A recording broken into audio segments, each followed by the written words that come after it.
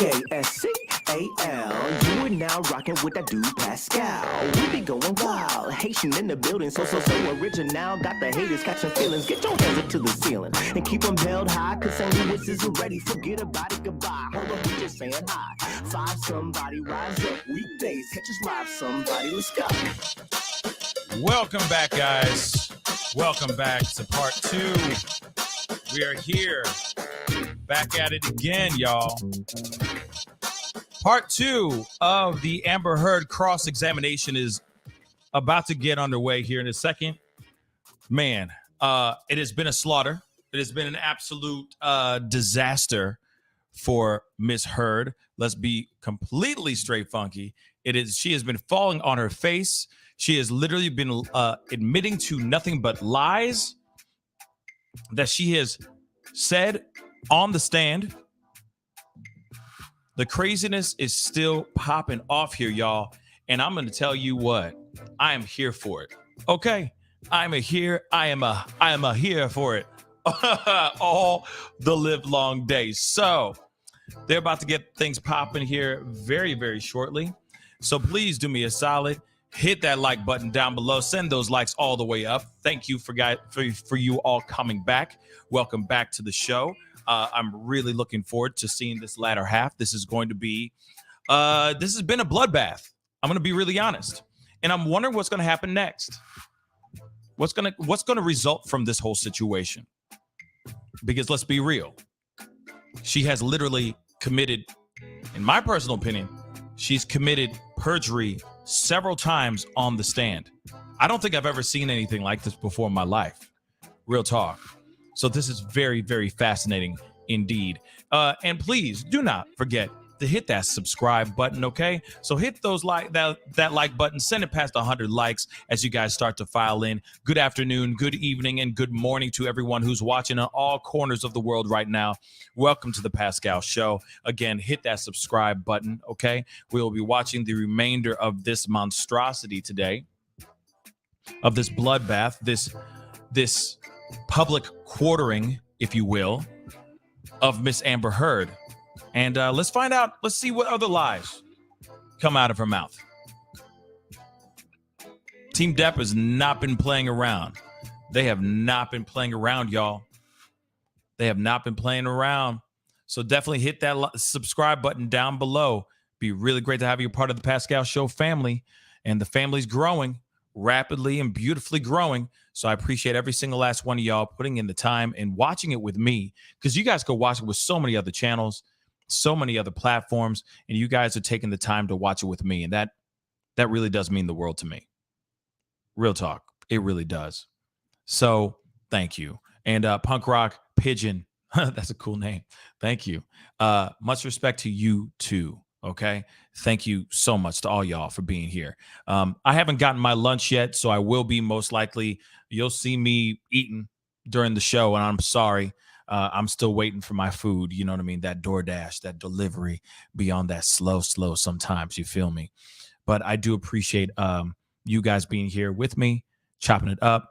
And then, yeah, man, this is a wild ass ride, y'all. Hamburger, as you've heard me say multiple times, hamburger. Okay. Now I know something I do want to say is just so you guys know, I will be having some new merch that's been surrounding this trial. So be sure to tune in. Okay. When I do drop that new merch, and anyway, regardless, if you're just interested in buying some t-shirts or whatever, with the Pascal Show logo on it, the link is down below, and I got a bunch of other things on there too. So by all means, go and check it out. We got a lot of stuff on there. But I've slowed down on a lot of the stuff because I've just been so busy. I was busy getting married and busy just with, getting the ceremonies and all that for the wedding going. But there will be new merch coming out very, very soon. So just so you know, let's sit back, relax, and enjoy this bloodbath. I'm surprised she doesn't have. It's funny how she's wearing all white and we haven't seen one speck of blood yet. Real talk on Camille Vasquez's all white outfit, all white. Yes, sorry. Okay, mop my brow, wearing all white today. You see what I'm saying? So anyway, guys, I appreciate all y'all for being here. Your man is tired as hell, but I'm here to give you guys the stories and this trial that you most definitely need. And this, of all things, bro, my family, this is worth the wait. This is worth the lack of sleep, because this has been a slaughter. Local Trees, thank you so much for the $5 super chat. You make this content watchable. Love your channel and chat. Congrats on being married. Thank you so much, Local Trees. Thank you, my brother. You know what I'm saying? You know, one of the happiest days ever. Literally, one of the best days of my life. Really. All right. Really. You can be seated. All right. Your next question. So let's find out where they're going. I'm going to get some water in a second. So if I disappear, I'll be right back. I'm just getting some ice water, because your boy's been talking for days nonstop. Your man's tired. So let's check this out. Tom, may I please have you put up Plaintiff's Exhibit 881A?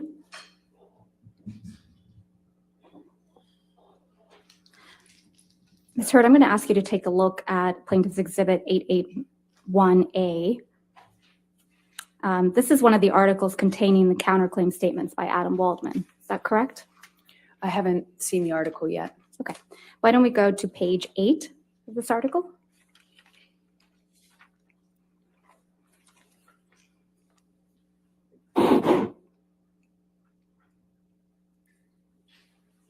Adam Waldman, Depp's lawyer, said afterwards, quote, Amber Heard and her friends in the media use fake sexual violence allegations as both a sword and shield, depending on their needs. They have selected some of her sexual violence hoax facts as a sword, inflicting them on the public and Mr. Depp. Do you see that? Yes, I do. Is that one of the statements that you allege are defamatory? It's defamatory? That's correct. Okay.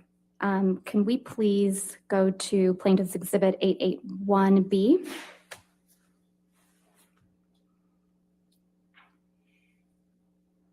And if we could go to page 10 and 11.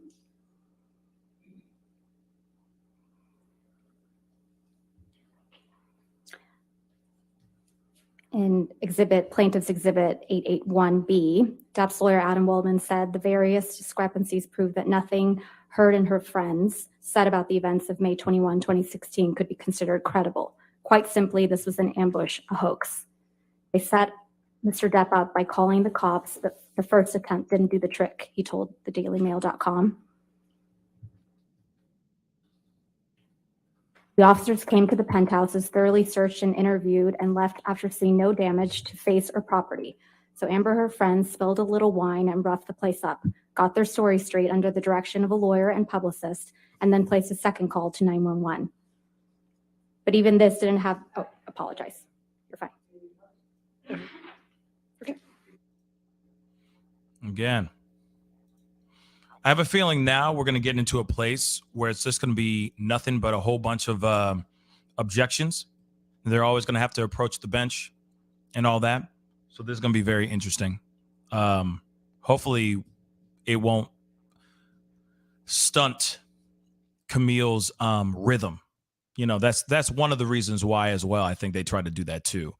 Like why the opposing side will just start spouting out objections sometimes because they're just trying to mess with the person's rhythm, with the whoever's questioning the witness, trying to throw them off so that they either lose their place or can't, you know, suddenly they end up becoming flustered, right?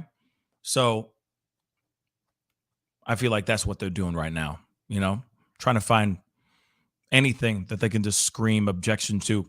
And I don't know what happens between the lunch break or not, or like if Amber gets to sit down and talk with her team. You know what I'm saying? I don't know if she gets to sit there and talk with her team during the break. That's something that I hopefully will have answered by my boy Eddie, lawyer Eddie Herman of Brown and Crouppen will be on tomorrow around noon to talk with us about all this stuff. But I'm curious, like, what they would end up doing, right? What the if they're able to talk and communicate with Amber Heard during the lunch break, or if they're like they cannot talk to anybody. They're just they put them in a room. They put Amber in a room by herself with a salad and say, eat your lunch, enjoy your time of solitude. When we need you, when the lunch break is over, you're going to come out and sit back down, and that's it. And that could very well be it. Or she is getting an opportunity to turn over to her team and basically say, yo, y'all need to kick it up a little bit. Y'all need to start working. She's asking me all these kinds of questions. You just letting it go. Y'all need to speak up. So that could very well be that as well. You know what I mean? You know, that's absolutely right, Immortal. Everyone watching this case going to be more respectful to their partners going forward. Abso-freaking-lutely. Real talk. It's a reminder that every single last relationship that you have with a person is extremely precious. And you just never know. Treat with each other with love and respect, period. As much as you can, at least. And if not, secretly recorded them at their lowest. I'm just kidding. Don't do that. And then lie. Say that you were taken advantage of. Violated. Do that. Okay? It's a great thing to do for your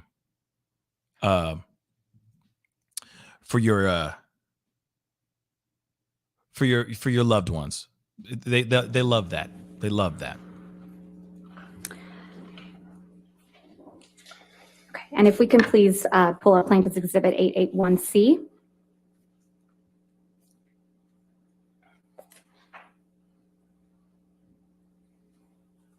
And go to page 11.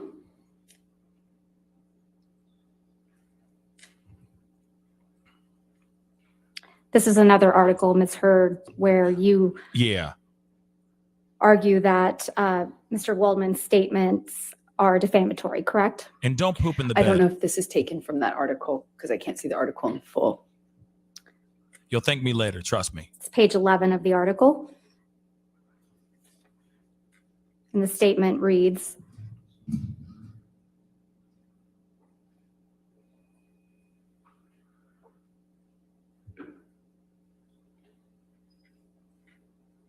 and Nerd, let me tell you, you got a great man. So I'm happy that you caught a really good man. Real talk. I love your husband. Tell him I said hello, by the way. But I'm going to say this one more time for the nosebleed seats. Don't poop in the bed. That's going to ruin the relationship instantly. I'm sorry. You throw feces in the middle of that? That's not during the I do's. During the vows, they don't say, and we have if she reached the poops beginning the of the bed. end of Ms. Heard's No. abuse host against Mr. Depp. Is that correct? Is that one of the what you claim is one of the defamatory statements Oh, said shucks. by Mr. Waldman? Thank you. I Thank you, believe so. Army. Thank you. Thank you, Army Mom. All right, let's find out. Let's go.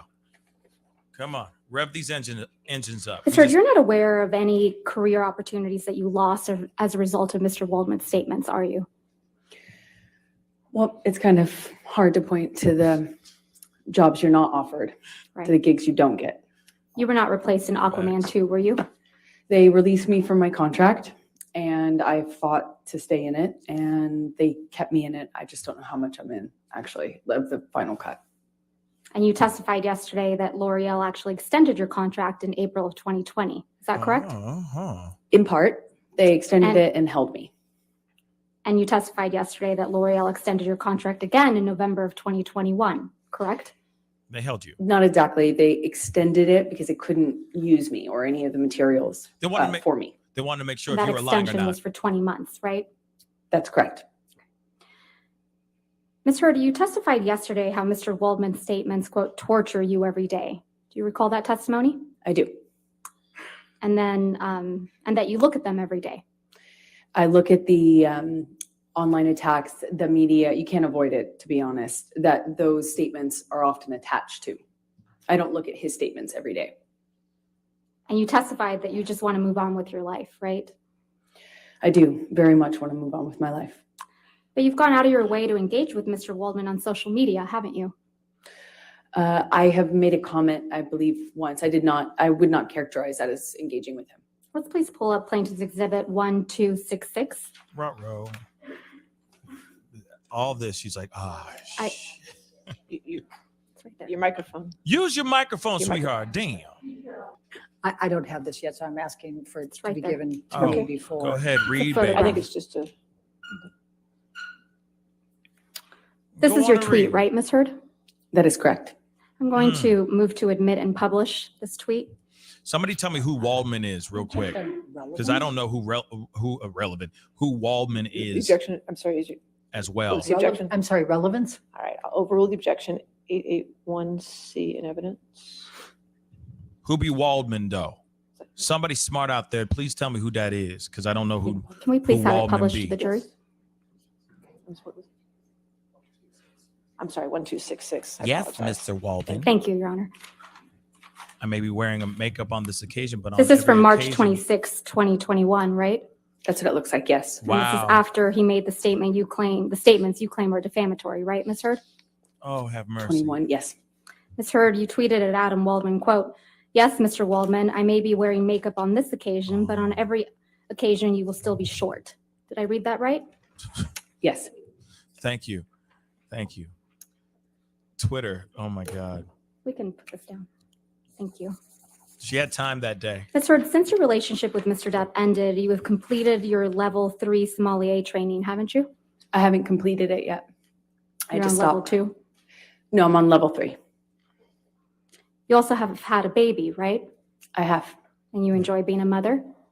more than anything. Surrogate. Still love to cook, I do. and you love to hike. I've taken a break on hiking for a minute. You have friends, right? I do have friends. And you spend time with those friends. Occasionally when I can, Thank And you, you darling. exercise regularly. every day. You just filmed a movie in March of 2022. Isn't that right? Yes, the one I just shot in Guatemala that I spoke of earlier. And you have you had a major role in a major film that's scheduled to be released soon. Is that correct? Aquaman 2? As I said, I don't know if I will even be in the final cut or how much I will be. It No, was you difficult won't. to stay in the movie. You're going to be gone. Dead and gone. Dead and gone. You struck Mr. Depp multiple times during your relationship, didn't you, Ms. Heard? There were many times I had to use my body to defend myself, and that included swinging wherever I could. If it meant I could get away, absolutely. If it meant a difference between a sore face and a broken nose, you bet I would. You That's bet. your testimony under oath that you never struck Mr. Depp as the initial aggressor? Well, he was holding me against the wall by my neck. You know, I might be the first person to have been the first one to slap, which happened in Australia, you know, when he was choking me. But I wouldn't say I was the initial aggressor in that situation. You got Oh. physical with Mr. Depp often during your relationship, didn't you? Oh. I had to defend myself as best I could. Didn't seem to make much of a difference. You just couldn't control yourself, could you, Ms. Heard? I tried to defend myself when I could, but it was after years of not defending myself. Yes, Can we yes. please pull up Plaintiff's Exhibit 356? And Your Honor, portions of the exhibit were entered into evidence yesterday, but we moved to admit the entire recording. All right. And I can confirm that there's no other voices besides Ms. Heard's and Mr. Depp's. And I intend to play from 1:29:27 to 1:30:07. So I have 356A in evidence. Is any objection to the entire 356 coming into evidence? If I may. Okay, Hold on just for a sure. moment, Your Honor. I have to check on something. Okay, go on. Read, baby. That's what your job is to read books. So go ahead. Speed read that ish. Go on. Man.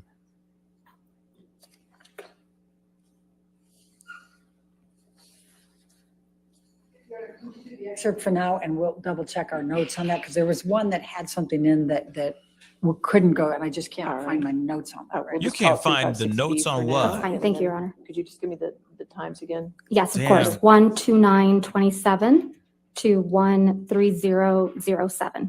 All right. And I'm told that we already have a B, so you have to do 356C. Okay. Thank you. Thank you, Your Honor.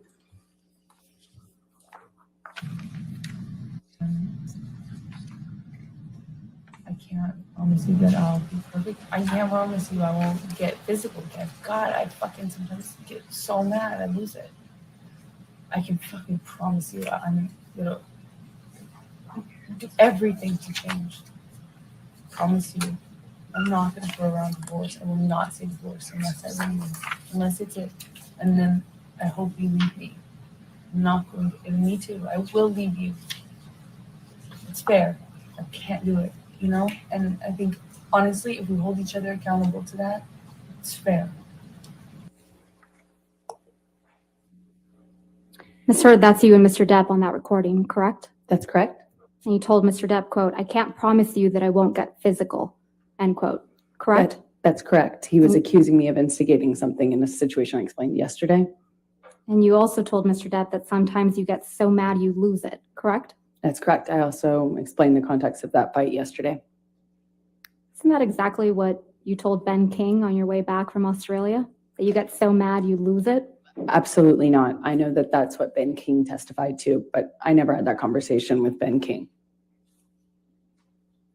Your Honor, If we could please in the play. meantime, I'm sorry, I checked and I have no objection to the entirety of 356 coming So in. 356 in its entirety will be in evidence. All right, thank you.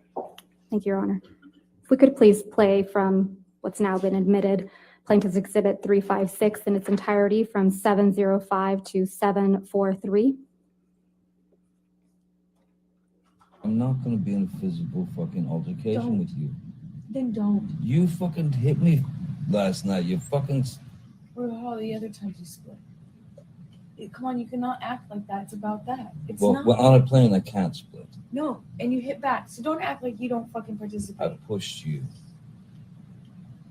Why? I'm not going to get into the details of that fight. You and I both know that you split when there is no physical violence. Gang, Latif. And that you do it like at the very beginning of fights these days. And if you split and you go into a different room and you don't actually leave that house, it does nothing but perpetuate the fight. And you don't actually do it respectfully. You don't. Ms. Hurd, is that you and Mr. Depp on this recording? Yes, it is. That chunky Can we love. please pull up Oh, my Plaintiff's Lord. Exhibit 343? And I believe that one's been admitted already into evidence. Yes, ma'am. Thank you. And just for the record, we're playing from 24601 to 24720. I said to Travis. I said to you. Hey, tell Travis what just happened. Oh, you told me to do it. You told me to. You said, go do that. I said no. Tell him what just And happened. I lied. And that you punched me in the You're right. fucking thing. And You figured in it the out. face. And you said, no, fuck it. No, I didn't. What the fuck are you talking about? Oy, oy, oy. And I I didn't watched punch you you. lie. And then I didn't punch you, and by then the way. I'm sorry that I didn't hit you across the face in a proper slap, but I was hitting you. It was not punching you. Babe, you're not punched. Don't tell me what it feels like to be punched. You know, even a lot of fights been around a long time. I know. Yeah. No, when you fucking have a close. You didn't get punched. You got hit. I'm sorry I hit you like this, but I did not punch you. I did not fucking deck you. I fucking was hitting you. I don't know what the motion of my actual hand was, but you're fine. I did not hurt you. I did not punch you. I was hitting you. How are you? What am I supposed to do? Do this? I'm not sitting here bitching about it, am I? You are. That's the difference between me and you. You're a fucking baby. Because you start. You are such a baby. Grow the fuck up, Because you start Johnny. physical fights. I did start a physical Yeah, fight. you did. So I had Because- to get the fuck out of there. Yes, you did. So you did the right thing, the big thing. You know what? You're admirable. Sounds about right. Sounds about right. That's you and Mr. Depp on that recording, right, Ms. Hurd? That's Son of correct. a gun. And you said you hit Mr. Depp, right? Yeah, I had to hit his body to get Ms. him out Hurd, of the door. my question was, you said on that recording that you hit Mr. Depp, right? Yes, I did. And you accused him of being a baby for not wanting to be in a physical fight with you, right? Incorrect. I accused him of being a baby for complaining about me hitting him when he was trying to get through the door. I was trying to barricade. Oh, quit lying. Can we please pull up Plaintiff's Exhibit 368? And again, Your Honor, this is a recording of just Mr. Depp and Ms. Hurd. I'm going to Have move mercy. for the entire exhibit to be moved into evidence. All right, any objection to 368? I don't think so, no, Your Honor. All right, no objection. 368 in evidence in its Thank you. entirety.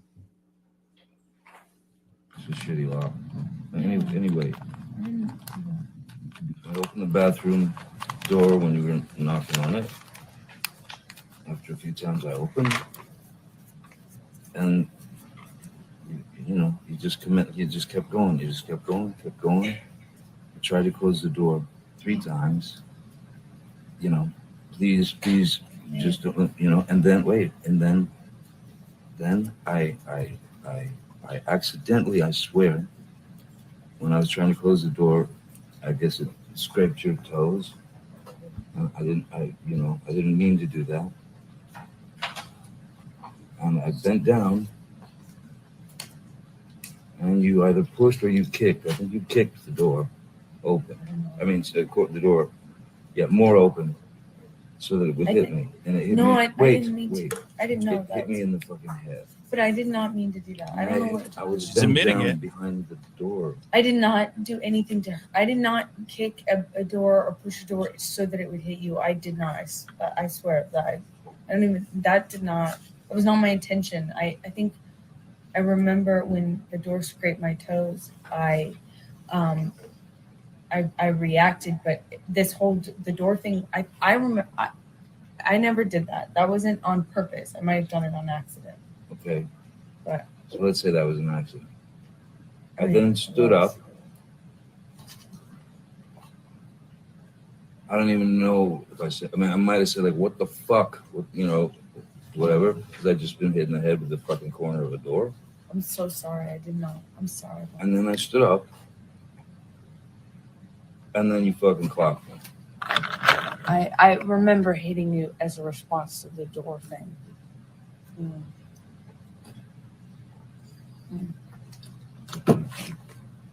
And I'm really sorry about hitting you with the door or hitting your head. I did not mean to, nor You didn't mean to hit me in the head with the door, but you meant to I didn't mean. punch me in the jaw. I meant to hit you, and I did not do this thing with the door. I did mean to hit you. So that you didn't Yeah. mean.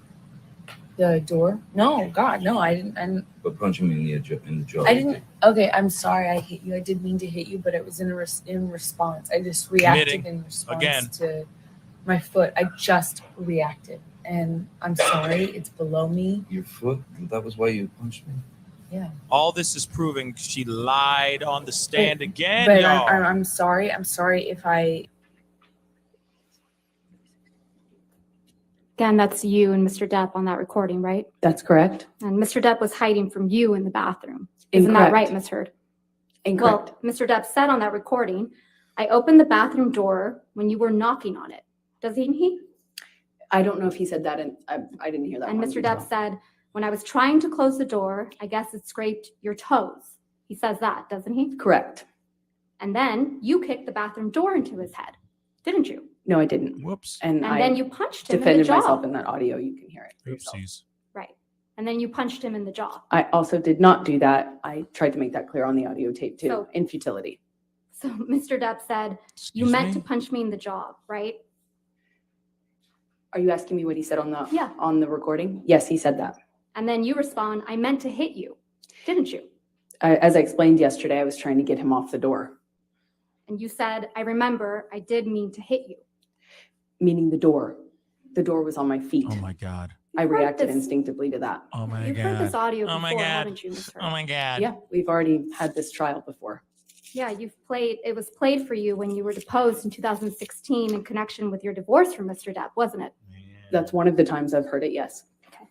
So you've had plenty of time to think about how to respond to this recording, haven't you? I don't Oh, know what you mean man. by that. Well, let's take a look at how you responded to it the first time. Can Shall- we please pull up what will be Yes. marked Plaintiff's Exhibit 1261? Oh, shall we? Oh my God. The next thing that I'm going to Your- play Your to Honor? you Okay. as cue. Oh, if you want to come. Come on up. Step right in. She's going to get her ass. Woo! Oh my God.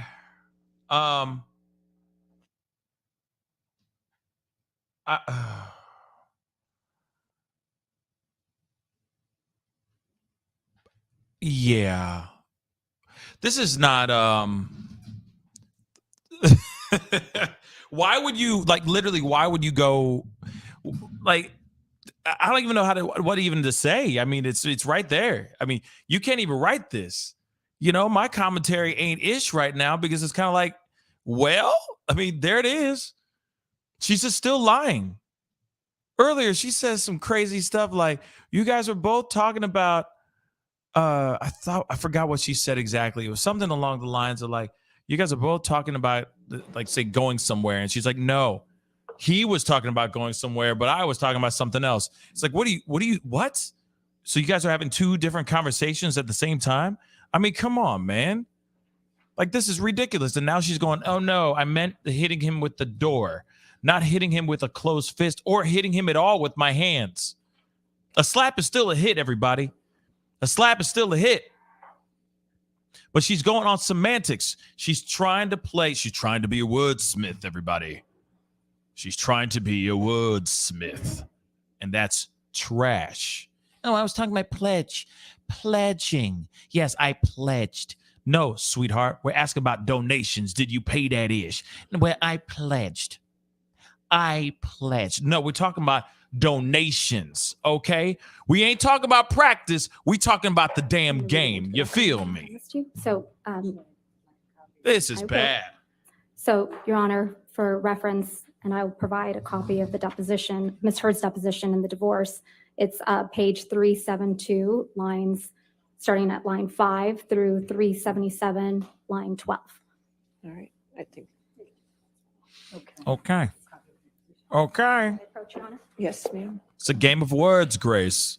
It's a game of words. I think she's Shakespeare. I think she thinks Thank you. she's Shakespeare, Grace. I really think she does think that. Because earlier she had her whole to be or not to be speech. Your Honor, with permission, days may we ago. please play? Just play it. Can we just get to that page, make sure everybody's at the. Get to the page, Could you dagnabbit. say the page? And number just again? play it. Absolutely. Hamburger. Just do it. Oh my God. Page 372, lines 5 to 377, line 1 is what I have. 12, That line right? 12. All right, 372. If we could have a moment, Your Honor, to read it before. More? it's played. You need more time? Aren't lawyers supposed to be able to read fast? Read with the quick. Look at Camille just sitting there like, I'll wait. That's fine. This is some BS though. You already know this. We got this whole trial on lock, but okay. All right then. I'll wait. Looked like she could be a part of a Boys to Men music video. Straight up. White sands and everything. Just chilling. Just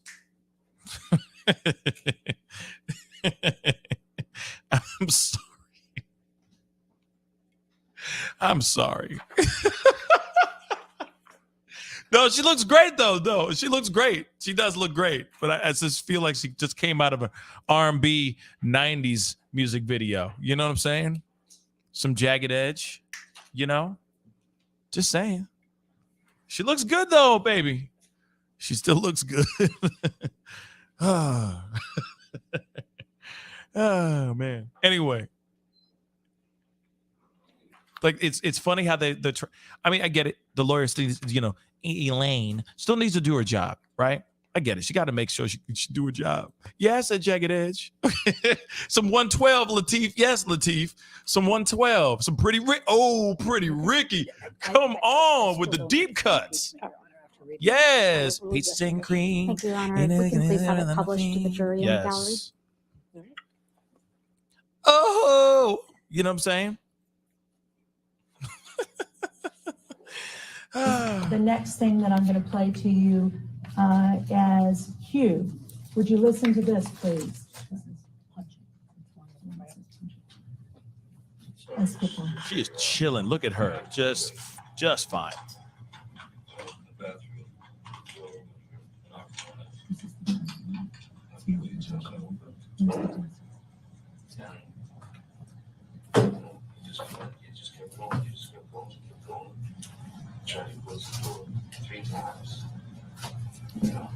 Your Honor, maybe we can stop it. Why are you stopping it? What? Oh, give me. Wait a second. So you're telling me that those depositions that they had cannot be used as evidence during this trial? You cannot tell me, man. You cannot tell me that that's not allowed to be used. That's some BS, y'all. That's some absolute BS. I'm going to say that right now. That's why they had the depositions in the first place recorded so that they can watch those things. She's on the stand. She's straight lying through her teeth. She's now starting to say that she only hit him with the door and not the recording. When she's talking about hitting, she's not talking about hitting him with the door or not hitting him with the hand. She means hitting him with the door. Come on. She got to be able to use this stuff. That's ridiculous if they can't do this. Do not tell me they can't use this ish. That's BS. So I guess they're trying to redact something. It looks like.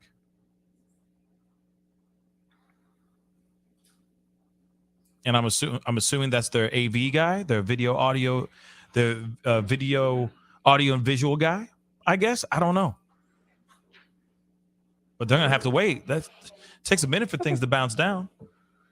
That's fine. Thank you. I have no objection. Can we please start it over? Okay. Dag nabbit. I was about to say, you better not tell. She lying on that stuff? Shoot. Put it in there. The next thing that I'm going to play to you as that cue. works. Would you listen to this, please? Wait, so the subtitles, you can't use the subtitles? Oh, that's stupid.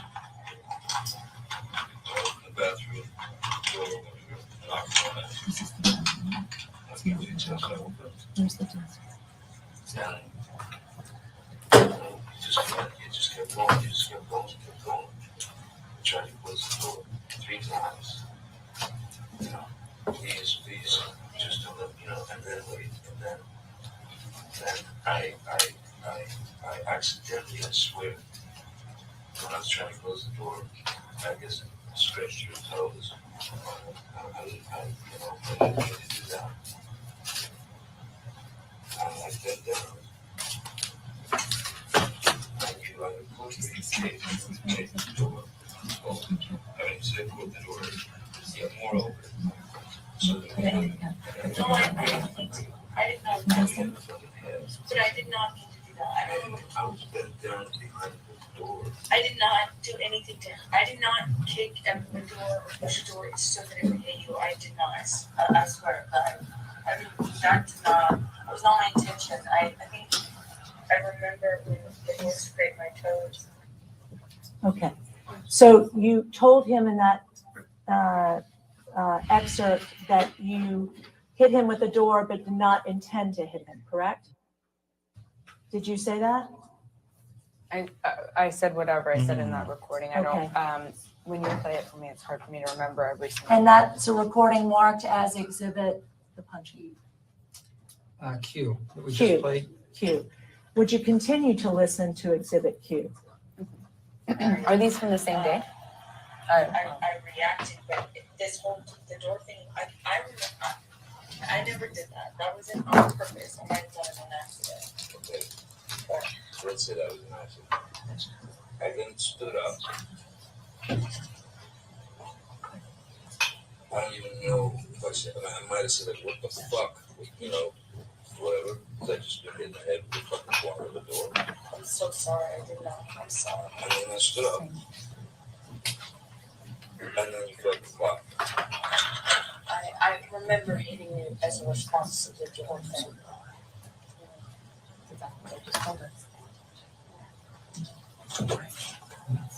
I'm really sorry about hitting you with the door or hitting your head. I did not mean to your. You didn't mean to hit me in the head with the door, but you meant to punch me in the jaw. I meant to hit you, and I did not do this thing with the door. I do remember. I did mean to hit you. For that, you didn't mean the door. No, God, no. I didn't. Put punching me in the jaw. I didn't. Okay, I'm sorry. So on the tape, you tell Johnny Depp that you did mean to hit him.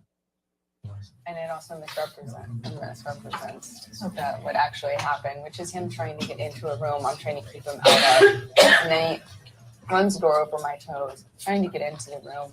I tried to push him out of it, which is what the hit is referred to. Over her toes. And Johnny, whenever he was injured or touched it, always referred to it in these ways of punching or clocked or whatever. And whether you discussed it with him or not, the last thing you do in talking to him afterwards or trying to reconcile with him is to get into what the definition of those words mean to him. I never even addressed it. He would, if he was ever pushed, it was a cold. He called it a cold clock. I mean, it's just very dramatic. Isn't it true? Wow. You're smiling as that audio recording is being played in your deposition, aren't you, Ms. Heard? Not smiling because of the audio. I'm smiling because of what's happening around me. You even roll your eyes at one point, don't you? I was sitting opposite a whole table full of lawyers who were snickering, laughing, and rolling their eyes at me while I was talking. Is there something amusing about kicking a door into your husband's head? No, I was rolling my eyes and commenting on what I was experiencing at that time in recounting the Is story. there something amusing to you about punching your husband in the jaw? That is not what I was smiling about. And no, I do not think it's amusing. She's not denying that. Ms. Heard, you testified yesterday that all you want to do is move on. Do you remember that testimony? Yes, I do. Yeah, your exact words were, quote, "I just want him to leave me alone. I want to move on with my life, and he won't let me." Do you remember that? Yes, that is correct. But that's not true, is it, Ms. Heard? It is very true. You just haven't been able to move on with your life, have you? From Mr. Depp. I'm here, aren't I? In fact, on October 11th, 2018, you actually commenced an arbitration action against Mr. Depp for defamation, didn't you? I don't recall that, no. Your Honor, may I approach? May we approach?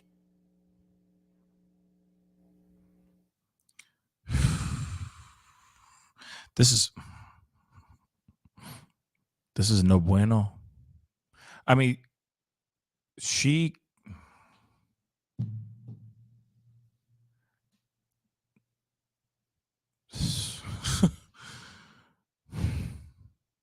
bruh. Sorry. Real talk. This is not good for her. Not at all. Pull up Plaintiff's Exhibit 219. Scraped to her foot when they were fighting against the door. Scraped her foot. She was angry. And Ms. Heard, if you could please read to yourself the first page of Exhibit 219. All right. This is so bad. Does it feel like it got darker in there? Is it, or is it just me? Or is it just the energy in the room? Like her demise. We're just watching her demise right in front of her decline, her fall from grace.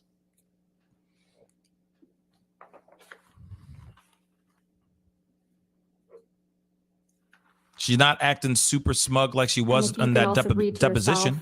The second page of Exhibit I'll tell you that. 219. She ain't acting all as smug. She's still acting smug, but she ain't super smug like she was at that. And if you can scroll down, Tom. At that again, deposition. Just to look at that page.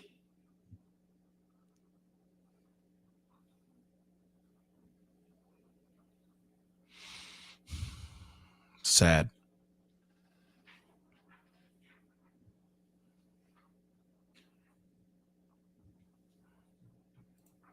She looks like she belongs to the royal family. No, she belongs to the streets. And then scroll down to okay. the next page, please. She for the streets. Johnny just figured that out years ago. She for the streets, y'all. Sad. She smells like smug sauce.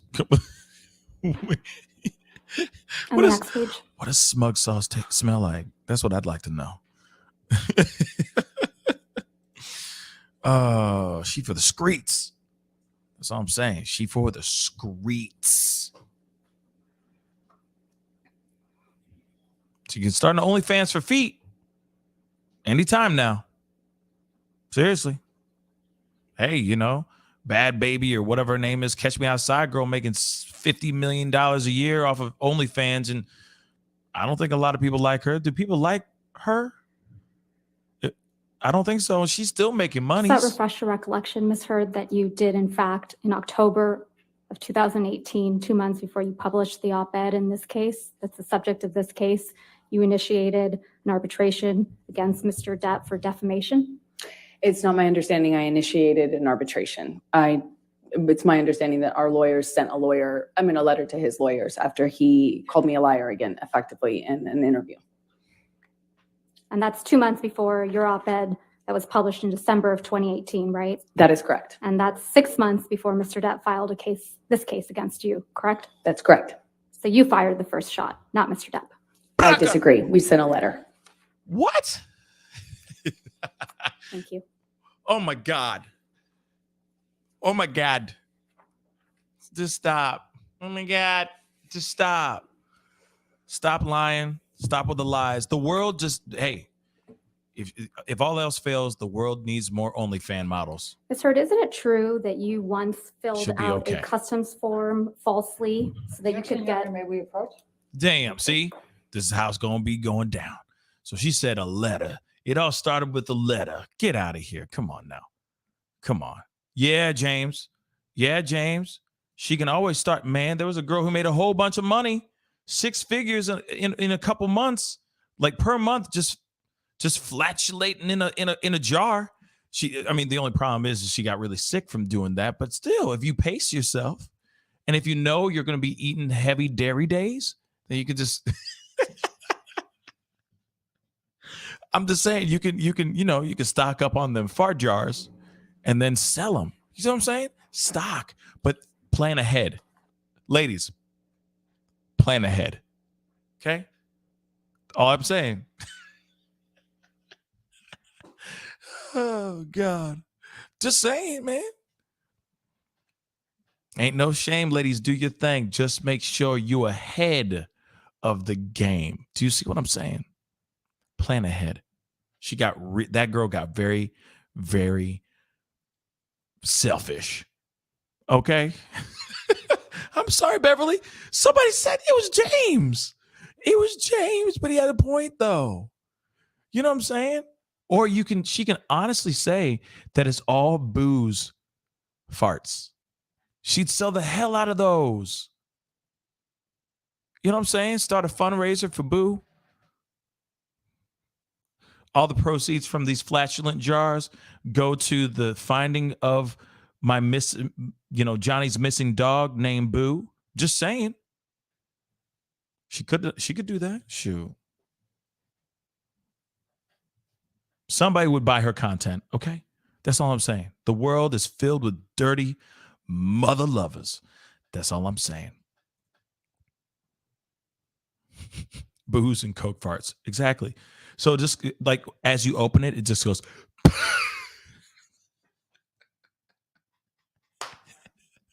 Nasty, but gives you a whole lot of energy for like 2 seconds. You see what I'm saying? I'm sorry. Y'all are doing this to me. Okay? Y'all are doing this to me. Okay?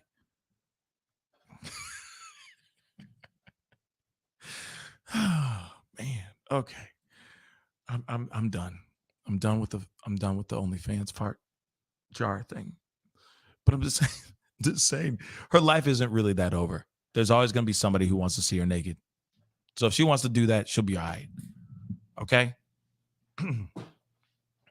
All insensitive jokes thrown out now. They gone now. Okay?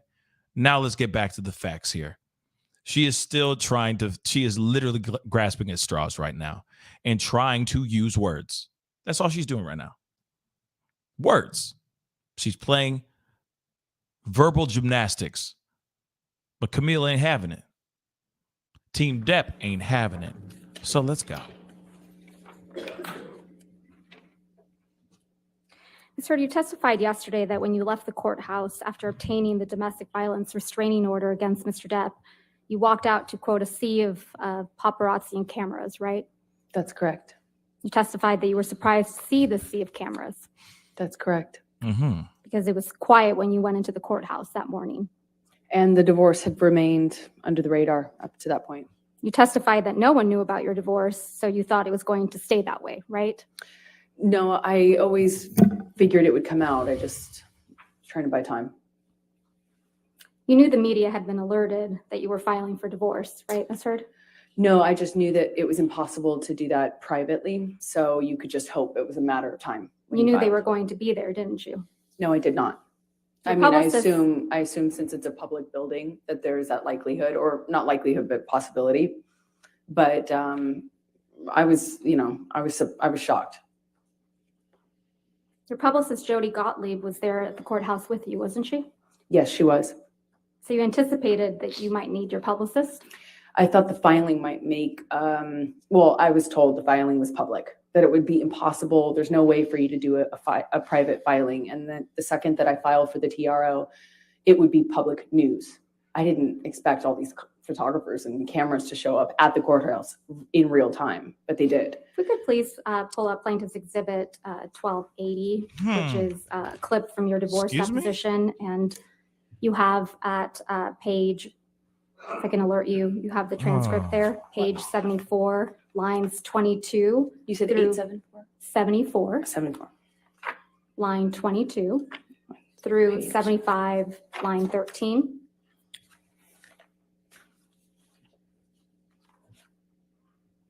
I'm sorry, just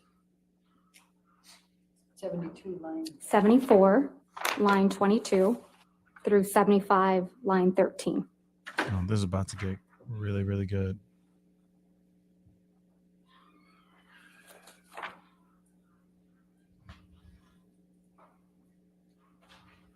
Wait, she's banned in the UK? Really? She's Mystic. She really is banned? Really? Approaching the bench again. She's like, man, how many times do I need to walk back and forth for this BS? But anyway, wait, she's really banned in the UK for what? Did she try to smuggle her dogs in there too? Like that's insane. I didn't know that. Are you sure that's true? Are you sure that's absolutely true? I don't know if that's true or not. I'm gonna, but then again, I'm not. I need to look that up to make sure, because that's some brand new news to me. That's some new flavor in your ear.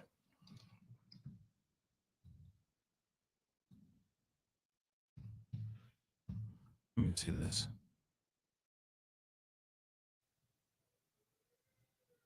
I'm wondering. I don't see.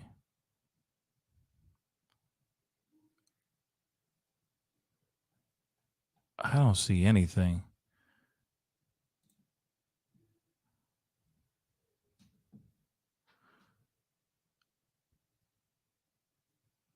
What? Amber begins testimony after court banned bottle drinks that could be used as projectiles, but I don't see anything about her being banned in the UK. That's a very big thing to say. What she's able to do and what she's not able to do. Hit that like button down below, guys. Please send it past 800 likes for me. That would really mean a lot. And display to the jury. Plaintiff's Exhibit 1280. Australia, yes.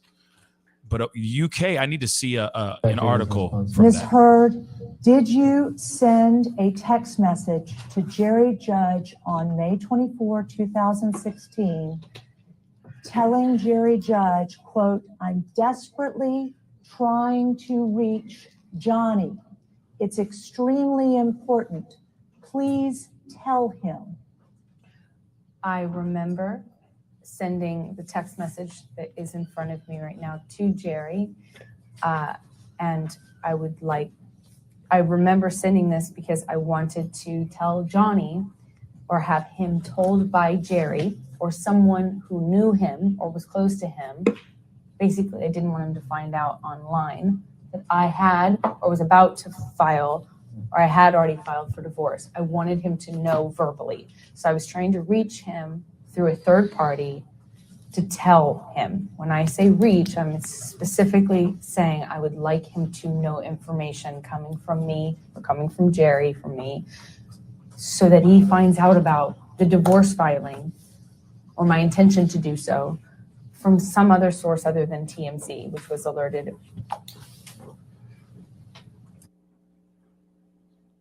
You slipped up there, didn't you, Ms. Heard? You let it slip out that TMZ had been alerted to your filing of the domestic violence restraining order, didn't you? I disagree. That's not what I'm talking about. TMZ is the same outlet that you released the video of Mr. Depp attacking the kitchen cabinets the day before this deposition was taken, wasn't it? I didn't do that. I don't TMZ know how owns to do the that. copyright to that video now, doesn't it? I have no idea what TMZ Did they pay owns. you for that? I never got paid for it because I had nothing to do with that. So TMZ was just lucky in getting the inside scoop to your divorce from Mr. Depp, huh? I have no idea. It is not, that's not my she's area of done. expertise. I wouldn't even know how to do that. Oh, she is And also, done. what does that get me? If I wanted to leak things about Johnny, Look at the girl I could have done behind. that in a much more successful way, in a bigger way, for years. Not and when you were years. extorting him for $7 million. I got a fraction of what I was entitled to in the state of Look California, at her by the freaking way. out. What extortion? She's freaking Russell out. Van Reed's your ex-wife, right? Look at the girl behind her. That's right. She's my ex-partner. the blonde the girl one that behind told- Camille. That you told this jury Mr. Depp was jealous of, right? Yeah, well, that was 2013 fights around March, yes. You testified that he tried to burn one of her paintings, right? Caught. That's correct. You testified he tried to burn one of your favorite paintings that she did, right? I don't know if it was one of my favorites. You committed domestic violence against Miss Van Reed during your relationship, didn't you? No, I did not. You assaulted her Oh. at a Seattle airport in 2009, didn't you? No, I did not. And people saw that, That's not true. and it was covered in the press. Isn't that true? It was planted in the press by Johnny's team 2 days after I got the TRO. Not Can we coincidentally. please pull up Plaintiff's Exhibit 1279? Your Honor, may we approach? Again, back at it. My wife just brought in my lunch, and she scared the hell out of me. Oh God. Oh, that was amazing. Anyway, she straight up slipped up, y'all. Straight up. Thank you, babe. Thank you. She straight up slipped up. Oh Please God. have that article So displayed bad. for the witness. Slip This of is the an tongue. article from 2 years ago, correct, Ms. Heard? I don't know when this May of was. 2020. That's not when it came out, no. This story started getting planted after I got a TRO, after I got a restraining order against Johnny.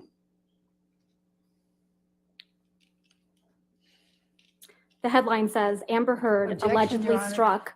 Jesus. Objection, Your Honor. I think Your Honor ruled she can't say that. If you want to approach again. How many times you got to approach? She's showing proof. She's exposing that A. That's all she's doing, man.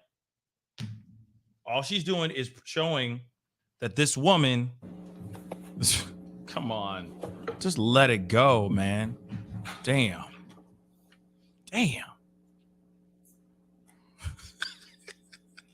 Nikki, baby, I didn't know, man. I just turn around and there's just a hand. I'm Title like, reads, Amber Heard allegedly grabbed, struck her ex-girlfriend at the airport. Doesn't it? Yes, and that's not true. May we approach? Come. See, this is the problem. That she's going, yo, I know. Him dead, I'm dead too. But real talk, this is really bad. Look at her drink that drink, just going, oh my God. She is screwed, y'all. That shot where she talked about TMZ and went like that, like, oh damn. That was a full slip up. Period. Full slip up, y'all. Jesus. Some people, man. And then now she's still trying to go, no, it's not that. It wasn't that. No. It was that. Quit lying.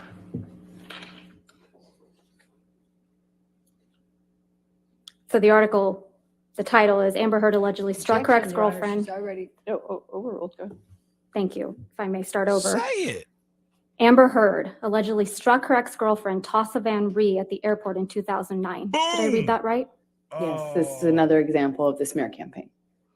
So Mr. Depp is not the Get only outta domestic here. partner you've assaulted, is he, Ms. Heard? I've never assaulted Mr. Depp or anyone else that I've been romantically linked to, ever. No further questions, Your Honor. All right, cross-examination. Thank I'm you. sorry, redirect. Oh, wow.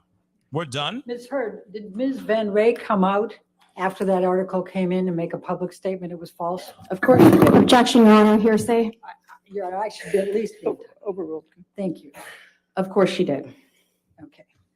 Now, let's talk about the TMZ alerted. Explain to the jury what you meant by the TMZ was alerted. So when you make these kind of filings, meaning divorce, marriage, things like that, they are public record. And so when we file for divorce, when I file for divorce, I ask my team to file in the most discreet way, literally to put it under a stack of papers and file it at the end of day. So kind of had more of a shot of being missed by the paparazzi and by TMZ and those sorts of publicity outlets. I believe that we had been remarkably lucky following the divorce, that it wasn't picked up and that it gave me a precious few days of peace at that really fragile time. When I found out that they were going to run the story or that they had the information, I was trying to get a hold of Johnny to clarify that I did not do this in a punitive way. I didn't want him to be mad at me. I didn't want him to find out in that sort of context online. And who had connections to TMZ? Objection calls for speculation. Do you know? I do know. Johnny and I spoke about Your it. Honor, calls for Sustain speculation. the objection. Did Mr. Depp tell you about who had connections with TMZ? Yes, we talked about it. His lawyer, Laura Wasser. Okay. Now, I'm going to start at the very beginning here. You were asked by Ms. Vasquez about why Mr. Depp won't or can't look you in the eye. And she read out, or she played a tape in which Mr. Depp said, "You will not see my eyes again." Do you recall that? I do. And that was during the mediation process in Elaine trying to July, act. correct? That was Objection the leading. first one. Sustained Okay. is the leading. When was this? That was in July of 2016. That was the first mediation attempt. We met after that, and Johnny very much looked me in the eye. Please tell the jury about the next meeting after he said, "You will not see my eyes again." We met in the lawyer's office. They gave us a moment. Johnny kissed me again, held me. I cried, he cried, and then we had a short exchange, and he put a note in my pocket that said, "I'll love you dead or alive, my Slim," with his new phone number on it. I'd like to bring up, Michelle, if you can, Defendant's Exhibit 1581L.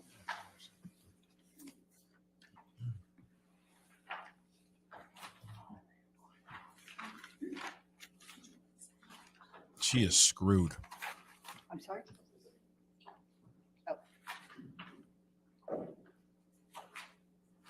I'm really surprised that they're done with the cross. Do you though. recognize this? Objection, Your Honor. document? They were May done. we approach? Yes, ma'am. I'm still very surprised that they're done. Like, I'm super surprised that they're done already. I'm a little disappointed because I was for it. I was really for seeing Camille just go in even more. They didn't even talk about Poopgate. They didn't talk about, they talked about Coachella, but they didn't talk about Poopgate. I figured they would go into it just to expose more lies, but they didn't bother with Poopgate. I was really hoping for Poopgate.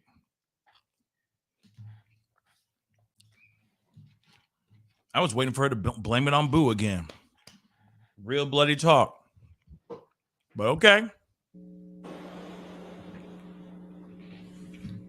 Could you tell the jury Damn right. what the coaster Lacey. was that he slipped into your pocket, what it said? He said, "I love you forever, my Slim, dead or alive." And what, if anything, did it have in addition? His new phone number. And I think to they can be, redirect just so we're again. clear, On Will how I many cross occasions again? in I that don't know. second mediation did Mr. Depp look you in the eye? Many. Okay. And when Ms. Vasquez asked you if you knew why Mr. Depp couldn't or wouldn't look you in the eye here or in the UK, you said, yes, you know. Why? Please tell the jury why. Because he's guilty. Because he knows he's lying. Otherwise, why can't he look at me? I survived. I survived that man, and I'm here, and I'm able to look at him. Thank you. You were asked about a bruise Okay. that was on your arm from March 15, 2013. Do you recall how long before the picture you had sustained that bruise? I do. How long? 2 weeks. You were asked a number of times by Ms. Vasquez if you took pictures from your incidents earlier in the relationship. Yes. Why didn't you? It was something I started doing only kind of incidentally. You know, I was commenting to my best friend. I was looking for support from my mom, things like that. There was, I'm ashamed to say, never a thought that this would happen. I mean, not until December and my best friend taking pictures of me to capture it that wasn't even a thing. It has been suggested by Ms. Vasquez to you in your questions that you didn't tell anyone about the abuse until the TRO. Is that true? Objection, Your Honor, leading. All right. What if any? All right. Who did you tell about the abuse during the time it was happening? Objection, Your Honor, That's leading not offered to, and It's fine. hearsay. Sustained. Your Honor, it's prior consistent statements. It's that you leading, raised it's it. sustained. Next question. Okay. I was waiting for her to What, list a if whole bunch of anything, dead people. did you tell to anyone about the abuse? My Objection, Your Honor, therapist. hearsay. I'll sustain. Your the Honor, objection. Your Honor, may I approach? That's on that? fine. Why don't you just let her list the people? Because you know for a fact all of them are dead. Them dead, guys. They all dead. So who cares? Who cares? Because then Camille can go back up there again and say, aren't they all dead and gone? So does it even matter? Can't even talk about that because they're not here on this earth to back this up. So of course you're going to lie on their names. You're going to lie on the dead because that's what Amberhead does. Real talk, all of this, full lies. Full lies. She is trying to finesse as much as she can. And now the actor, do you notice her face is completely changed? Now she's like, oh, thank God. I got my team back up there so I can breathe a little bit. Wow, I got through that BS. Whew, I'm okay. But her face is completely changed. Notice before, see, she got the sad puppy dog look on her face right now. Before, it was a very much like chin out, like she was ready to get punched in the damn face. And doing this a lot. What kind of question you want? What does that pertain to? Which March? There was a lot of things. There were several things that happened in March. That's all her the entire time. And now her demeanor's completely changed. Now she's the soft damsel in distress, the survivor. She's a survivor. Apparently. That's what she's doing right now. That's what she said.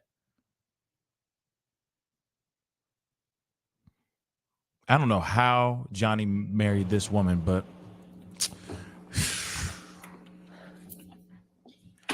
cocaine's a hell of a drug.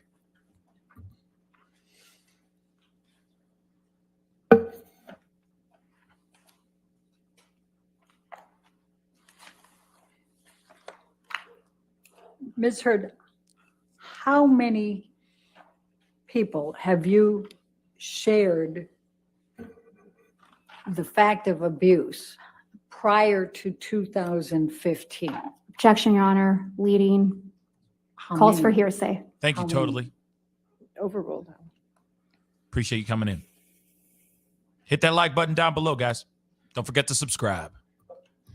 Roughly about 10. Can you name them? Yes. Objection, Your Honor.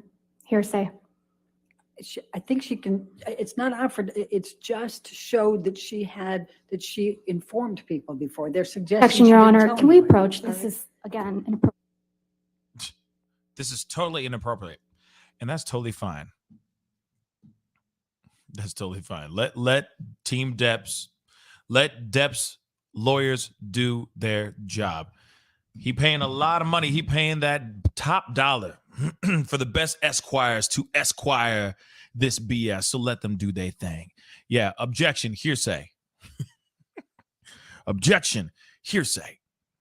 But yeah, she doesn't. I mean, it's fine. I mean, to me, I'm like, all right, list the people. I don't care because it's all going to be lie anyway. But she's got a point. She don't need to list anything. You were asked whether you had consulted a medical doctor about any problems with your nose, correct? That's correct. And you Okay. indicated that you in fact The had. part that we've after all the been divorce, waiting for. Objection leading.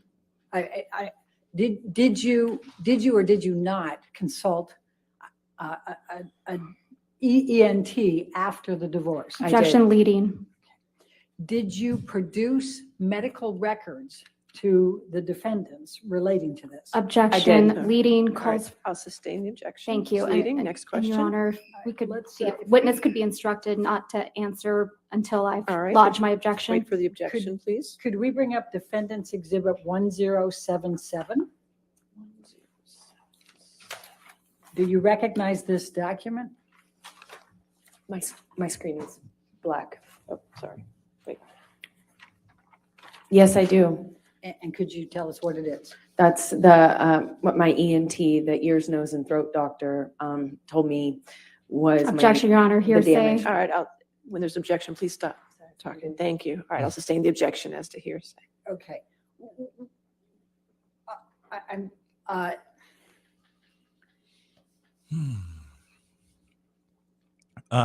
what, if any? Chick-fil-A. You were asked if you had, it was suggested that you had not produced this in discovery. Is that true or false? Objection, Your Honor. Leading. Your Honor, she and- absolutely did that. It's leading. It is leading question though. I'll sustain the objection as to leading. What, if anything, did you do to produce medical records to the defendant, to the plaintiff in this case? I turned over all of my devices, and they had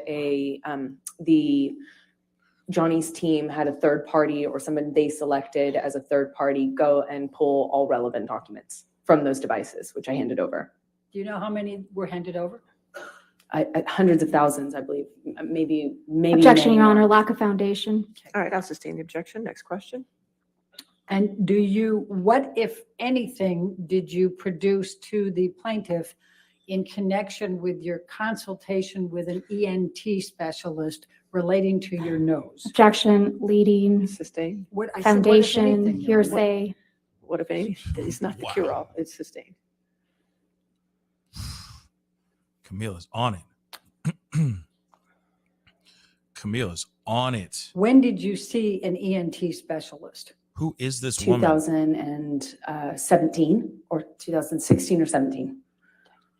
And as a result of that consultation, what did you learn about your nose? Objection, Your Honor. Hearsay. I'm not asking her to tell what they said.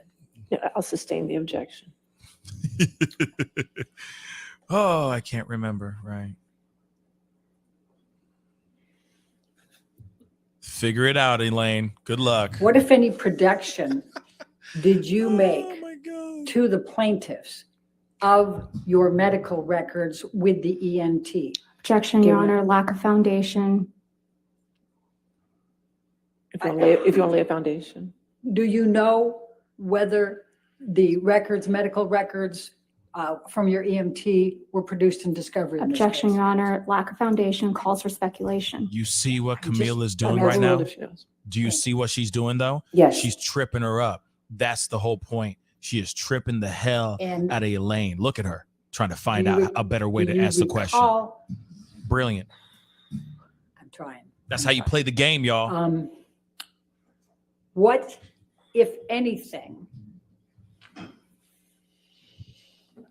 did the medical records reflect about your nose? Objection, Your Honor, hearsay. I'll sustain the objection. Oh my God. Come on, girl. Come on, Camille. Do you have injuries to your nose? Yes, Please describe those to the jury. I have I'm going to a bunch of object scar to tissue. I'm going to object to the extent it calls for hearsay and lack of foundation Facts. Overruled. and improper expert opinion. Well, She can certainly testify to. we'll see where it goes. Go Where's the ahead. expert? Go ahead. Where's the expert opinion? I have a significant amount of scar tissue in my nose. Objection, Your Honor. I'll sustain the objection.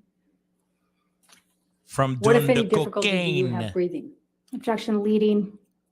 What if anything? And that does cure. I No, know. it doesn't, but I'll overrule the objection. Thank you. Do you remember the question? I have a significant amount of trouble breathing at night, and So she snores. I've been putting off having surgery for it. So she snores. Okay. She snores really loud. That's basically what she said. From cocaine. Okay. From cocaine. Now, you were asked. From the cocaine. Not from about December him. 15, 2015. And Ms. Vasquez suggested that you did not report the abuse or the injuries to Aaron Falati. Do you recall that Objection, Your question? Honor, leading. Your Honor, I'm entitled to go into what Ms. Vasquez asked. Objection is leading. I'll sustain the objection. Camille's going to object Did you Elaine report? from breathing. What, if anything, did you report to Aaron Falati about the abuse you sustained on 12/15/2015? Objection, leading and hearsay. I was going to say, you don't even need to touch the, you don't, just leave the, keep the on button on. You don't even need to keep it off mute. Just keep it on, man. Come on, Camille. You already know you're going to be saying objection every other question, and that's totally fine. But that's how you play the game, son.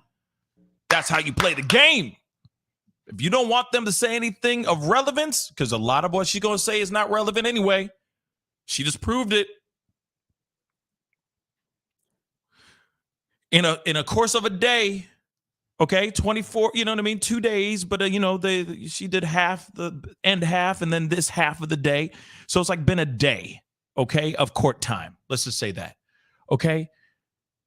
And it took very little time to show that for Camille to prove that this woman be lying through her teeth.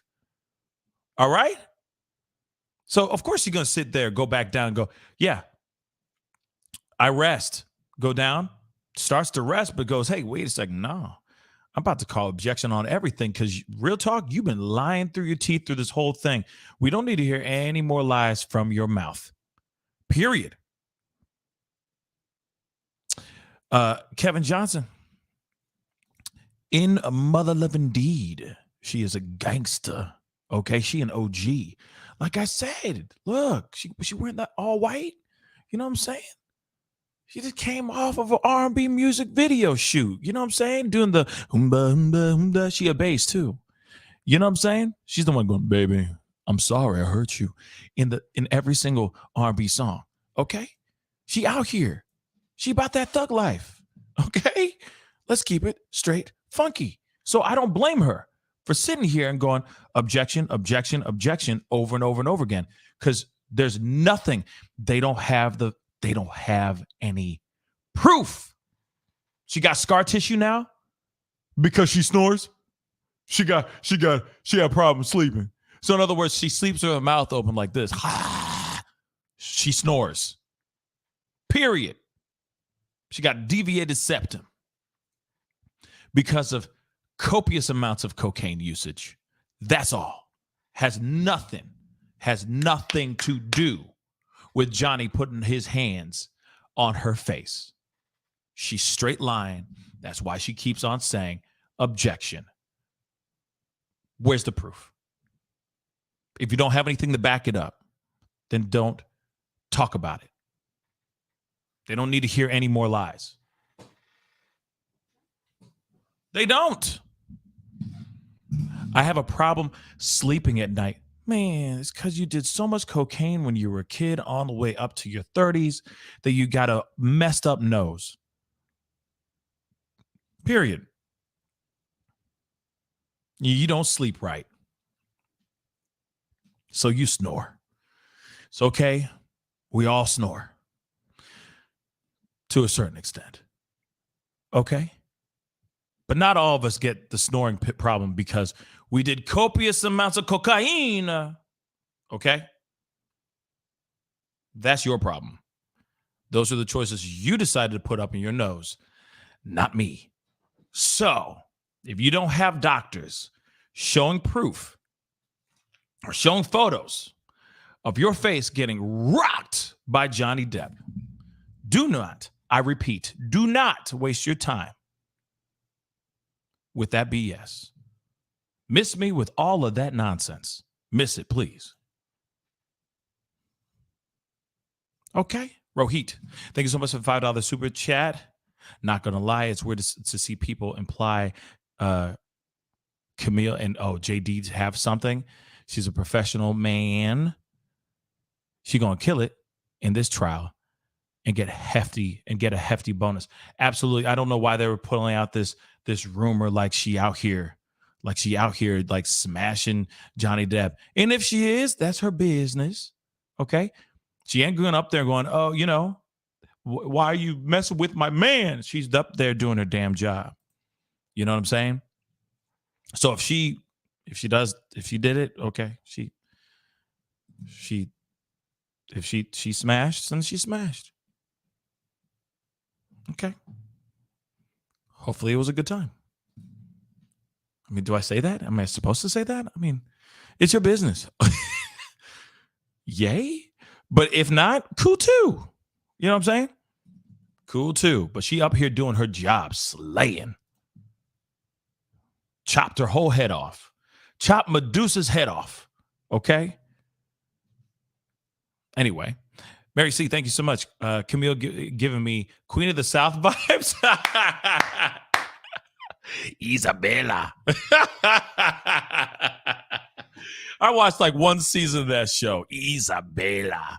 Yes. That's a good one too. Is that racist though? But is that racist? I'm kidding. I'm kidding. But seriously, man. There you go. There's no point of them even doing a redirect or anything because she's just going to sit here and say objection every 5 seconds. So they might as well rest Miss Hood or let them go back. Did you and annihilate her some more? Nurse Filati on 12/16/2015 about the injuries you sustained from the 12/15/2015 attack? I did. I believe I sent her pictures too. Okay. And did you text with Nurse Filati on 12/16/2015 about the injuries that you had suffered as a result of Mr. Depp's attack on you on 12/15? Yes, she guided me through a concussion check.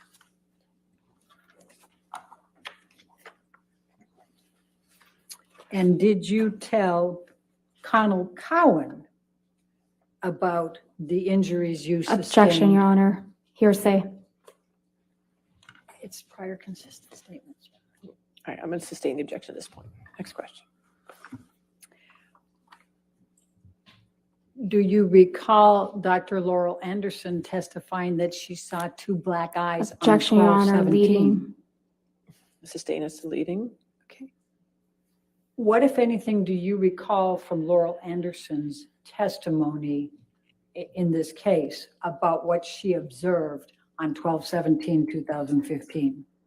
Objection, Your Honor. This is outside the scope of cross-examination. It's prior consistent statements. I'm going to sustain the objection. Observations for I'm the gonna- 12/17, the same Let's day. sustain the objection. Next question. May I approach? Okay. Again. Have mercy, man.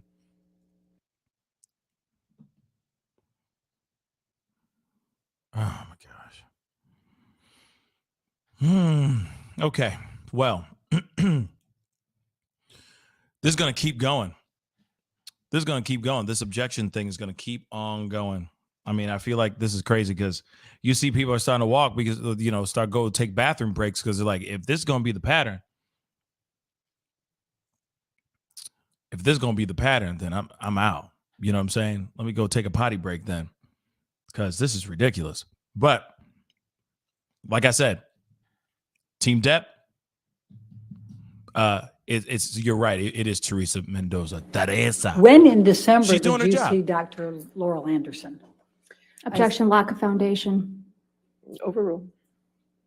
I saw her 2 days after the attack. So on what day did you see her then? That would have been the 17th of December, 2016. And I told her what happened. Objection, Your Honor, hearsay. No, sustain the objection. And when did you see Dr. Connell Cowan? I saw him the next day, December 16th is my best recollection. Let's jump to East Asia for a moment. And we saw a number of pictures from the backless dress. Oh, come on.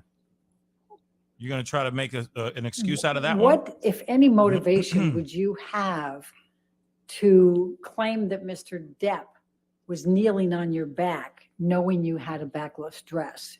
Objection, Your Honor. I Leading think I can bring calls that for out. speculation. It's still leading. I'll Even sustain the Johnny's like, objection. what? Okay. What did she just say? Why did you say that Mr. Depp was kneeling on your back in East Asia? In the closet of the hotel room in Tokyo, I said that because it happened to me. And it would have been much more convenient if I was making it up to not include that detail, knowing I had a backless dress and I walked a press line and got photographed.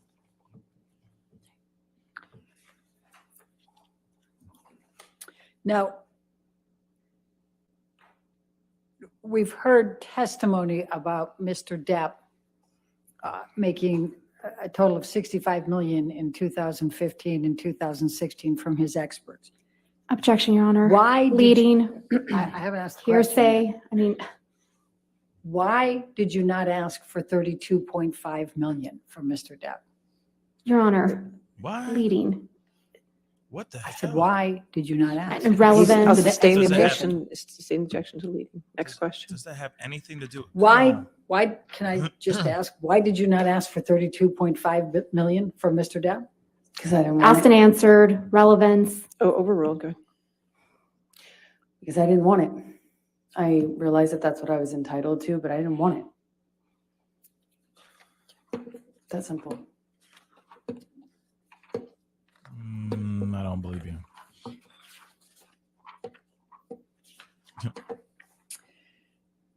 The tape recording that was played that has you laughing quite a bit. Can you tell the jury what the context of that particular tape recording was? I don't really recall a whole lot about what was going on. I know we had been fighting kind of ad nauseum and in this sort of loop, if you will. And I'm doing my best to not show my pain. That's what I was trying to do. Was trying to be tough, not show what kind of pain I was in. Now, Ms. Vasquez asked you about how you got your role in Aquaman. Could you please describe to the jury how you got your role Ooh. in Yes. Aquaman? Does she I really want to tell auditioned. that story? Not Johnny. Cast I and couch. auditioned. Couch. I worked really hard. Couch. And I went to where we were filming the first movie, Justice League. I went, I think, 5.5 months early before filming commenced when I heard that they wanted to fire me. And so I put myself in the job in the Objection, gym. Your Honor, hearsay. Sustain. Keep it away. I worked what- really what they hard. said. I worked really hard on that and had to prove myself. And I did that for, even though I was only filming for 6 days, I was there for 6 months. Just worked my butt off. What That's if why. What, if any, role did Mr. Depp play in Thank your you, Amy. getting Aquaman? He tried to have me fired from it. Objection, Your Honor. Speculation. All right, I'll sustain his speculation. How do you know that he tried to have you fired? Objection, from it? Your Honor. Calls for speculation and hearsay and lack of That's the foundation. I'm trying to lay a foundation. All right, if you lay a foundation. I saw it. I saw the emails. I saw the texts. I'll sustain the objection as to hearsay. Next question. Oh, wow. There it is. You were asked about Isaac Baruch and why and that he saw no marks. What is your recollection of your interaction with Isaac Baruch during the week of May 22nd? I saw Isaac when I was coming or going, meaning I was leaving or arriving to the building. I saw him at a distance. We did not have a in-depth conversation, nor would we. And I told him actually right after it happened what his friend had done. Objection, Your Honor, hearsay. I don't think it's offered to prove the truth of the matter asserted. I'll sustain the objection. Next question. Okay. Stay away from what was said. Can you just tell us what interaction you had with him and his opportunity to observe you with absolutely no makeup? Objection, That's Your Honor, impossible. leading. I'll sustain the objection. It's leading. Please describe for the jury your interaction with Isaac Baruch during the week of May 22nd. Well, not only did I have makeup on, but I did attempt to kind of let him know what happened. Objection, Your Honor, hearsay. Really? I'll sustain the objection. Next Cutie question. Pie, thank you so much for becoming a You member. were Thank asked you some so questions much for your about support. Officer Melissa Science's testimony. What, if anything, do you recall relating to Officer Melissa Science's testimony relating to your injuries? Objection, Your Honor, hearsay. Your Honor said I could redirect after the cross-examination when she. Wow, she's getting frustrated. She getting frustrated. She getting frustrated. See, they all smiling because this is exactly their job. This is what they're supposed to be doing. Seriously. And this woman, ooh, she almost had a drink. somebody get her a drink. Somebody get her a drink. She almost out that drink. She getting thirsty. She getting hella thirsty. I'm telling you. This is their job. This is what they're doing. And yes, Nicole, Petro, Elaine is dying up there. She's dying. Jesus. She's dying up there. She's trying to find questions, but she can't ask any of those questions because they're not relevant. They're just not. And I think the whole goal for Camille Vasquez and the rest of Team Depp is that they're trying to do everything they can to not have Miss Amber Heard get another chance to feed the jury more BS lies. And that's exactly why she's doing the objection What, if so anything, much. do you recall of Officer Science's testimony in this case relating to your injuries and the property destruction? I recall her saying that she didn't feel that the state I was in was enough of an injury to her, or wasn't injury seeming to her. Okay. And what about the Interesting property fact. damage? She claims she did not see any property damage, but I walked with her over broken glass. So I don't know why she's saying that. What, if any, interactions did you have with Alejandro Romero during the week of May 22? I spoke to him briefly. Objection, Your Honor, to the extent it calls for hearsay. Overruled at this point. Just spoke to him. I spoke to him briefly in passing as I was entering, and maybe when I was exiting the building, but always when I was on my way out or in from being outside, meaning makeup. I had makeup on always, as I do. Why did James Franco visit you on the evening of 5/22/2016? Because he wanted to smash Objection some of calls the for booty. speculation. Do you know? Clapping Yes. cheeks. Please tell us. Couch. He was my friend and he lived next door, quite literally lived next door. And I had frankly exhausted my support network with my usual friends and was happy to welcome as much friendship at that time as I could possibly get. Oh, is that what Now, the kids the call video nowadays? showed Interesting. him laying his head on your shoulder. Can you describe for the jury what the interaction was, without saying what was said, what the interaction was that led to that? Knocking the He, boots. after seeing my face, put his Objection, Your head on Honor, my calls shoulder. for speculation. That doesn't After call for seeing your speculation. face, She what did he sees want that to he do? sees her. He touched the side of my I'll face sustain the too. objection. And Okay. again, Your Hmm. Honor, if we can instruct the witness If to you could wait till after the objection, please. All right, Yeah, next shut your What mouth. did Mr. Franco do on the elevator before laying his head on your shoulder? Oh, He that's what you see on touched P Hub. the side of my face and responded to what he saw. What? Ay, ay, ay. Why were both of y'all hiding We each other's talked about faces? the Walking on the we were elevator shown then. a bunch of newspaper headlines, and there was one in particular referring to sexual violence. What, if anything, did Mr. Waldman do to you relating to that article? Objection, Your Honor. Lack of foundation calls for speculation. Hearsay? What did he do to her? Unintelligible. I don't understand the Well, question. Overrule, we'll see where it goes. Entanglements? He Absolutely. was carrying the paper that had that headline on it that he leaked and threw it at me at the UK trial. We were unfortunately sat kind of, actually literally next to one another with COVID spacing in between us. And he threw the paper down at me as he sat down with that on the cover. And where was that? In the UK, at the UK trial. Objection, Your Honor. This is beyond the scope. That's not beyond the No, scope. overruled. Thank you. Why did you tweet about the makeup and Mr. Waldman? Because he was calling me a liar and a hoaxer and that this was an elaborate hoax just to get Johnny. Objection, Your Honor. Hearsay. I'll sustain the objection. Next question.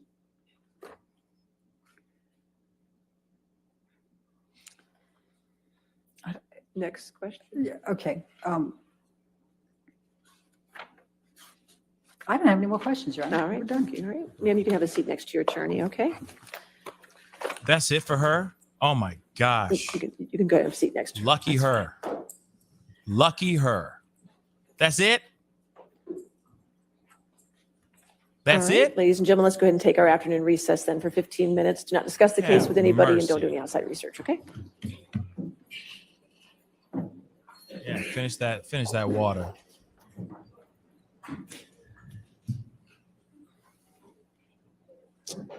BS. BS, y'all. BS. Is your next witness a live witness, remote witness, or deposition? Deposition. All right, so we'll get the TV set up for that, and let's just come back then at 3:30, okay? All right, thank you. Oh, wow. That's it? Fair enough. Fair enough. Fair enough, y'all. Fair enough. Look at that hug. Look at that victory hug. Look at that hug. They might be smashing. You never know. You never know. But that doesn't matter because she just slayed that ass. Oh my God. Oh my God. She got her ass beat. Okay, so I feel like they let up on her. They were nice at the end. Camille was like, I'm done. I'm like, what? You had the whole rest of the day. You had the whole rest of the day to just keep dragging her through the dirt, mud, broken glass, Tabasco sauce, and lime juice, and salt. And she didn't do that. She stopped. She stopped. Damn, I was expecting more. I was expecting a lot more carnage.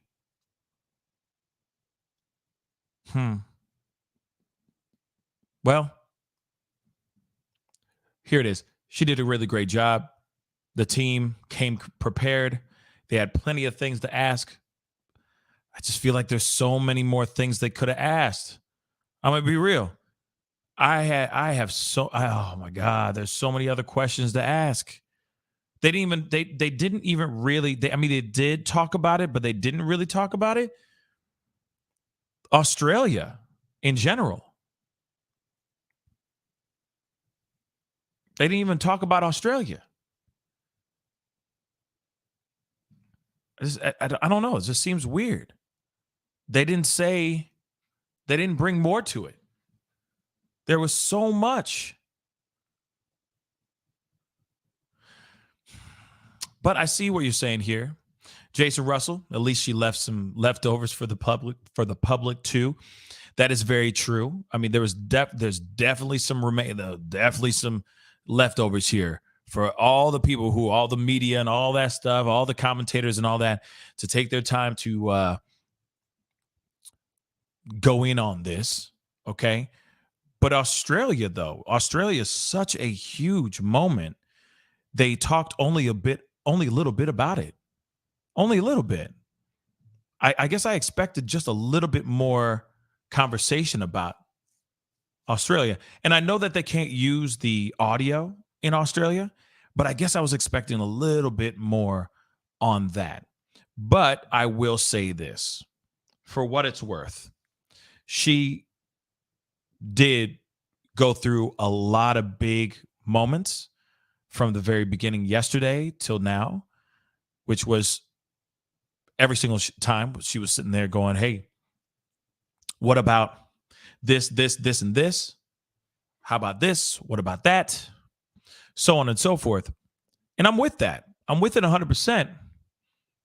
But like I said, I just feel like there's certain moments. But you can see Amber was lying like mother loving crazy. Like bloody crazy. I'm wondering if they're going to do anything about that. Because every single time that she came out with a truth of any type, like retracted back to what she had said previously before, it was another example of her committing perjury, her lying on the stand. That's breaking the law, y'all. That is breaking the bloody law. So I'm wondering if they're going to do something about that. Now, you saw Johnny and Camille embrace in victory, because, of course, Johnny's happy right now. There's so much that was proven here that I don't think he got a chance to prove in the courts in the UK. They sided with her hard, and, of course, he lost that case. But when it comes to this, there's a lot more evidence that they can bring in. There's a lot more going on here. And yeah, I mean, brother about to be vindicated here in a second. I mean, he's already vindicated by the court of public opinion. But at this point, it's over. I don't understand why they're bringing in more people. Now, I know that they have like Ellen Barkin that's supposed to be coming in. Or at least I think it's going to be a video deposition that they had of her. There's a couple other people that are allegedly supposed to be coming in. Apparently her sister's supposed to be coming through as well. I mean, it's pretty ridiculous, but hey, the same sister that she threw under the bus. Oh, my sister was the one who taught him how to use the tampon applicator to use as a straw to snort coke with. I mean, I don't bloody know. I don't bloody know. But all I'm saying is these are the people that are supposed to be coming in to speak on her behalf. I don't even know if these are solid, viable witnesses, but we'll see. You realize that start with tomorrow, well, actually with today, we have a week and a half left, basically. A week and a half left of trial left. This is going to be very interesting. We got what? Wednesday, Thursday, Monday, Tuesday, Wednesday, Thursday. We got 6 more days of trial left. 6. And then, of course, closing remarks and whatnot. But other than that, we got the rest of this week and next week, and that's it. That's it.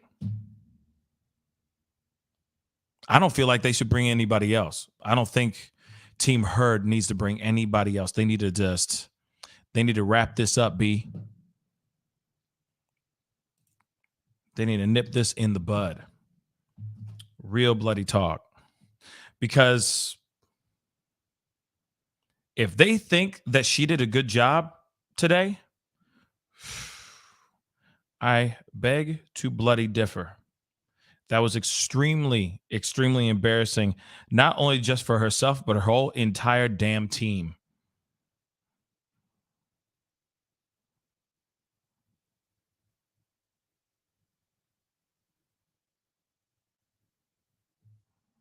For the entire damn team. But I wanted to bring this up here really quick because this is something that I saw. And Kimberly, thank you so much for the $10 super chat, for the $10 Cash App. I really do appreciate it. Thank you so very much. I really do appreciate it. But I wanted to pull this up because I think this is interesting. And I'm wondering if this is actually 110% true, but this is something that people are saying that could possibly be a thing right now. So let me share this with you guys. Now, I talked about her on the stand, talking all kinds of crazy stuff, right? She's been saying all types of interesting things. Now, Camille, with her brilliant work, asked her all kinds of crazy questions, the very important questions to show that, hey, Amber Heard has been lying. Now, this is something I think you'll find extremely interesting. Amber Heard could face police perjury probe, in legal experts say after Starr admitted not giving $3.5 million from Johnny Depp's divorce settlement to the charity, despite having high court she had. Despite telling high court she had. Okay, so she straight up lied about that. Just letting you know, straight up lied about that. That was a huge thing that happened yesterday. Now, this is something I was planning on pulling up for tomorrow's or for tonight's show, but I wanted to show you guys just a little bit of a sneak peek. Now, I'm just going to go through these bullets really quick, but it says Miss Heard said she would split the $7 million divorce settlement between two charities, which we already know, ACLU and the Children's Hospital, I guess in LA or something. But she told Libel Case on Monday that she has yet to make the full donation. She literally said over and over again, remember, she kept saying, yes, I pledged. And she's like, no. Camille's like, no. Did you donate? Meaning, did you pay? You said that you paid it. Did you pay the full 3.5 to the ACLU and the other 3.5 to the Children's Hospital? Finally, at one point, she said, I have not paid, but I have not gotten a chance to really, fulfill my obligations. Well, here it is. She was straight up mother-loving lying. So, that is despite Starr previously claiming, including at the UK's High Court, that she had.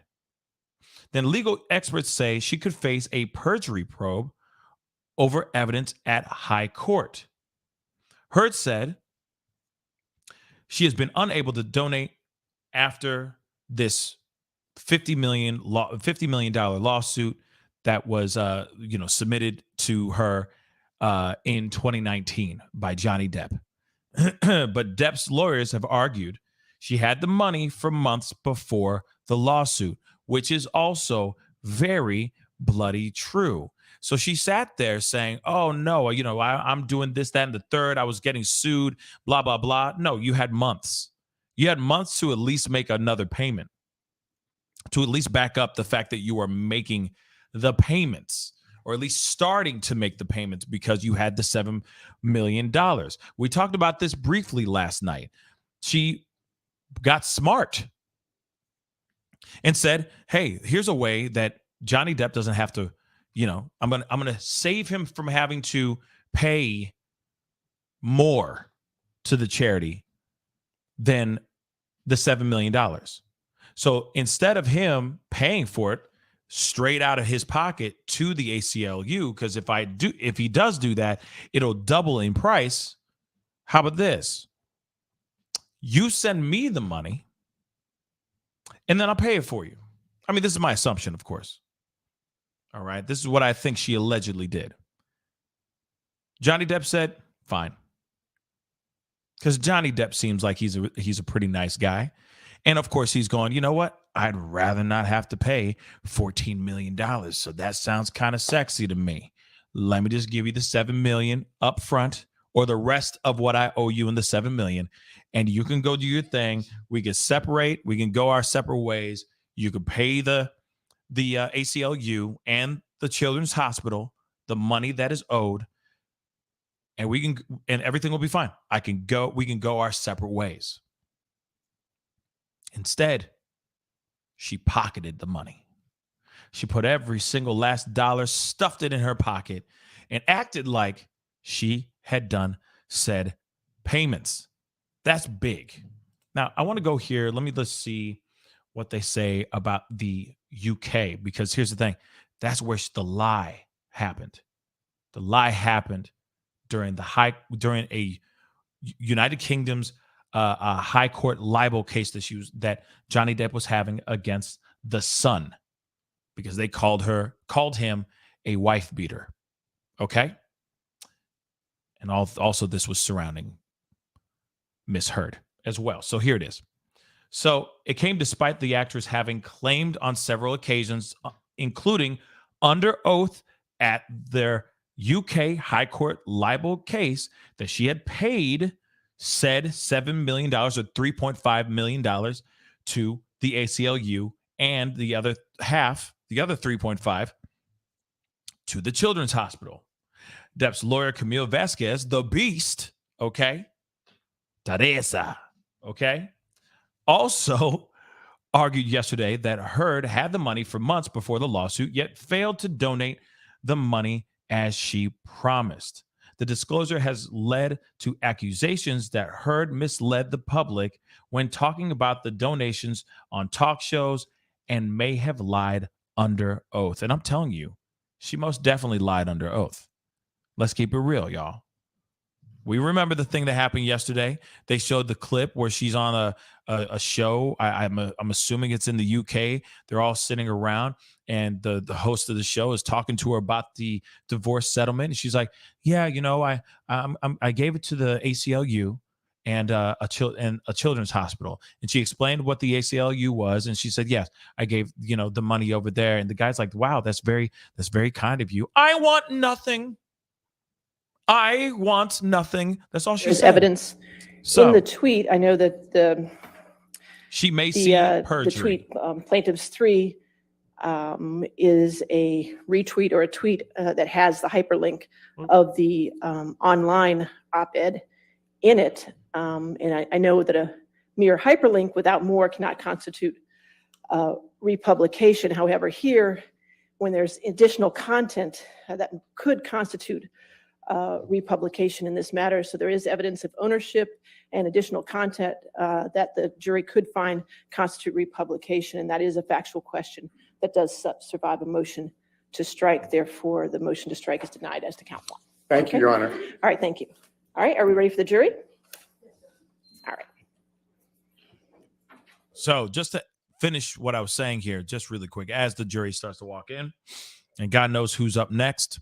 Hopefully it's not boring, but hopefully it's very entertaining. She could very well see some charges, possibly. They're going to start investigating. This girl's lied. Countless times, all day today. Not only just lying under oath in the UK, but also lying on American soil in an American court. She has committed perjury countless times today, showing without a shadow of a doubt that a lot of things that she was saying are all lies. Now, that's up to what they're going to do about all the other things that she's been lying about, because she literally she is a pathological liar. She has a very bad problem with this lying ish. So we'll see what happens here. Your next witness. Our next witness is Mr. Io Tillett Wright. Io. And it starts with counsel for Mr. Depp asking questions, and then we'll switch over to me. All right, thank you. Interesting. Right. Good morning again. IO. Have you had any communications with Ms. Hurd at all, including text or emails or otherwise, in connection with your preparation for this deposition? No. Have you had any? When's the last time you spoke to her? April of last year, April or May. Almost a year ago. Mr. Wright, when did you first meet Ms. Hurd? I met Amber in the end of 2011. And where did you meet her? What up? In Los Angeles. And what were the circumstances of the meeting? A friend was introducing us to each other so that I could photograph her for a large portrait series that I was doing at the time. And what was your profession in 2011? I was a photographer and I worked for the New York Times, I think. I don't recall exactly everything, but. In 2011, you were both a photographer and separately worked for the New York Times as a freelancer. I worked for the New York Times as a journalist and photographer. And what is your profession today? I'm a writer and a producer.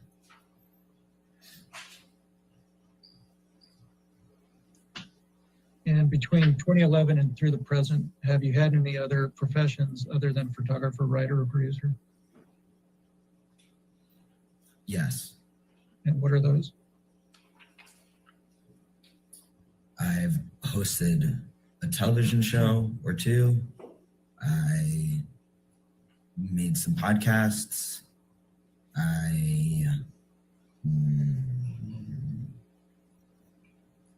wrote 2 other books, 2 books, 3 books, 3 books. I've written 3 books.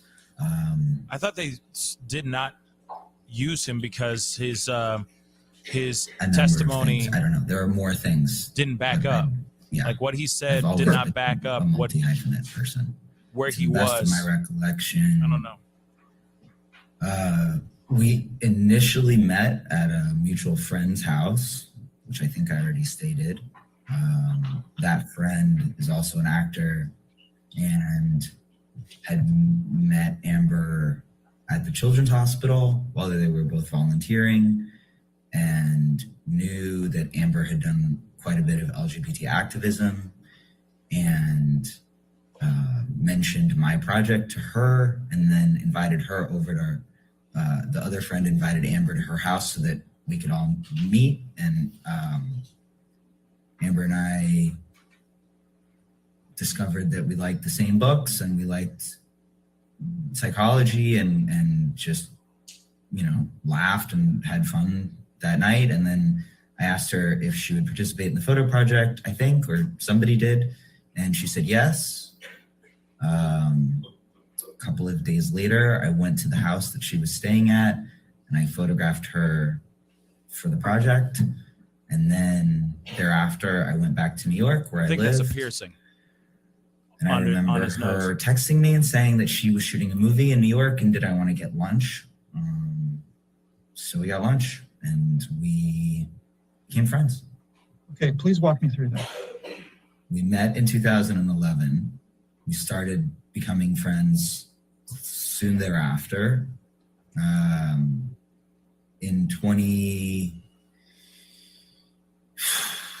Very early in 2013, I came to LA to spend a couple of months with my then, I don't know if she was my girlfriend or my fiance at that point, but the person that I was in a relationship with, in a very serious relationship with. And during the time that I was in LA, I spent more time with Amber. We both spent more time with Amber. And I was introduced to Johnny.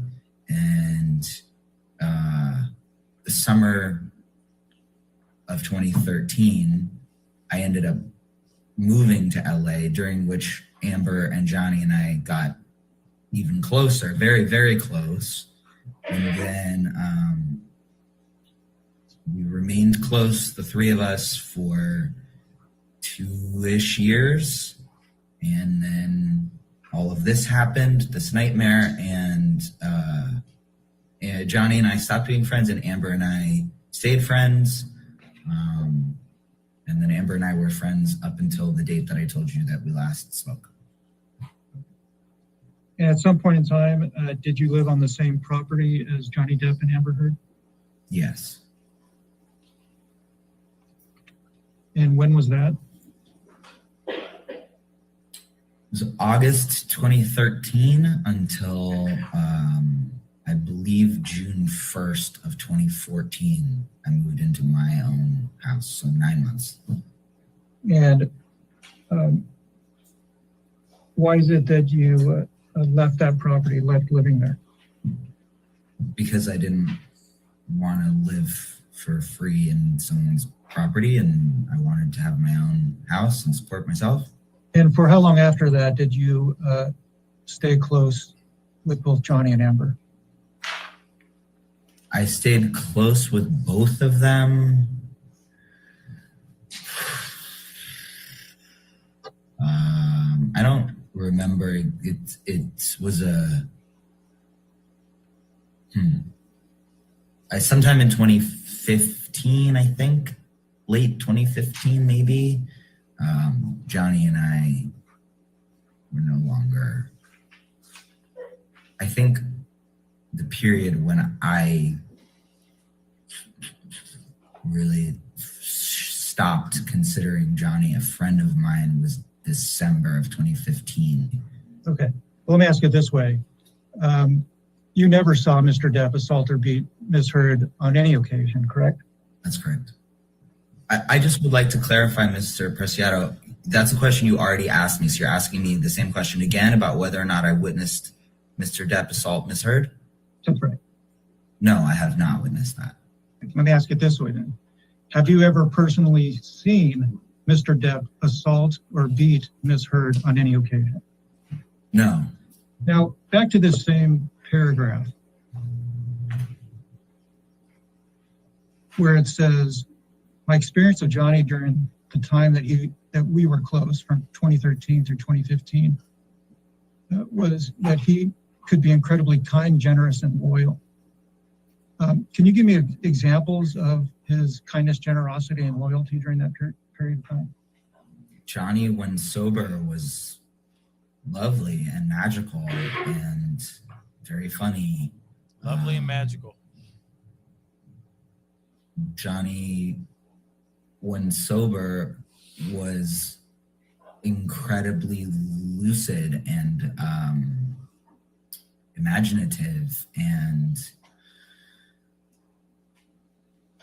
I felt a kindred connection with him and a shared perspective on the world that I've shared with very few people in my life.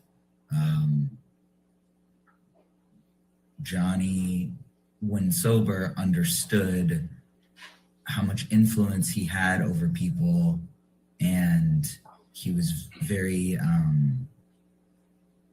kind to them about it and generous with talking to them about whatever came up. And he was also, when sober, very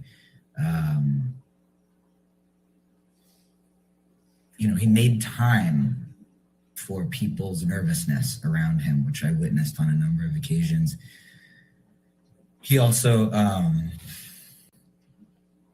he had his number of houses on that street, and there was a constant rotation of different people coming to town who could all afford to live somewhere else or stay somewhere else, who he would let and enjoyed having in those houses, which I find to be generous. In the next paragraph, paragraph 6, you refer to Mr. Depp's struggles with respect to OxyContin. You say that in late 2013, after dental surgery, he became hooked on OxyContin. Did you ever experience him while he was on OxyContin? Yes. And while he was on OxyContin, did you ever experience him to be mean or vicious? I can't answer that with any accuracy because I don't know whether or not the times that I did see him be mean, it's just he was also on OxyContin. In paragraph 5, where you say that he could be incredibly mean and vicious, especially when he was drunk or high. When you refer to drunk or high, what substances are you referring to?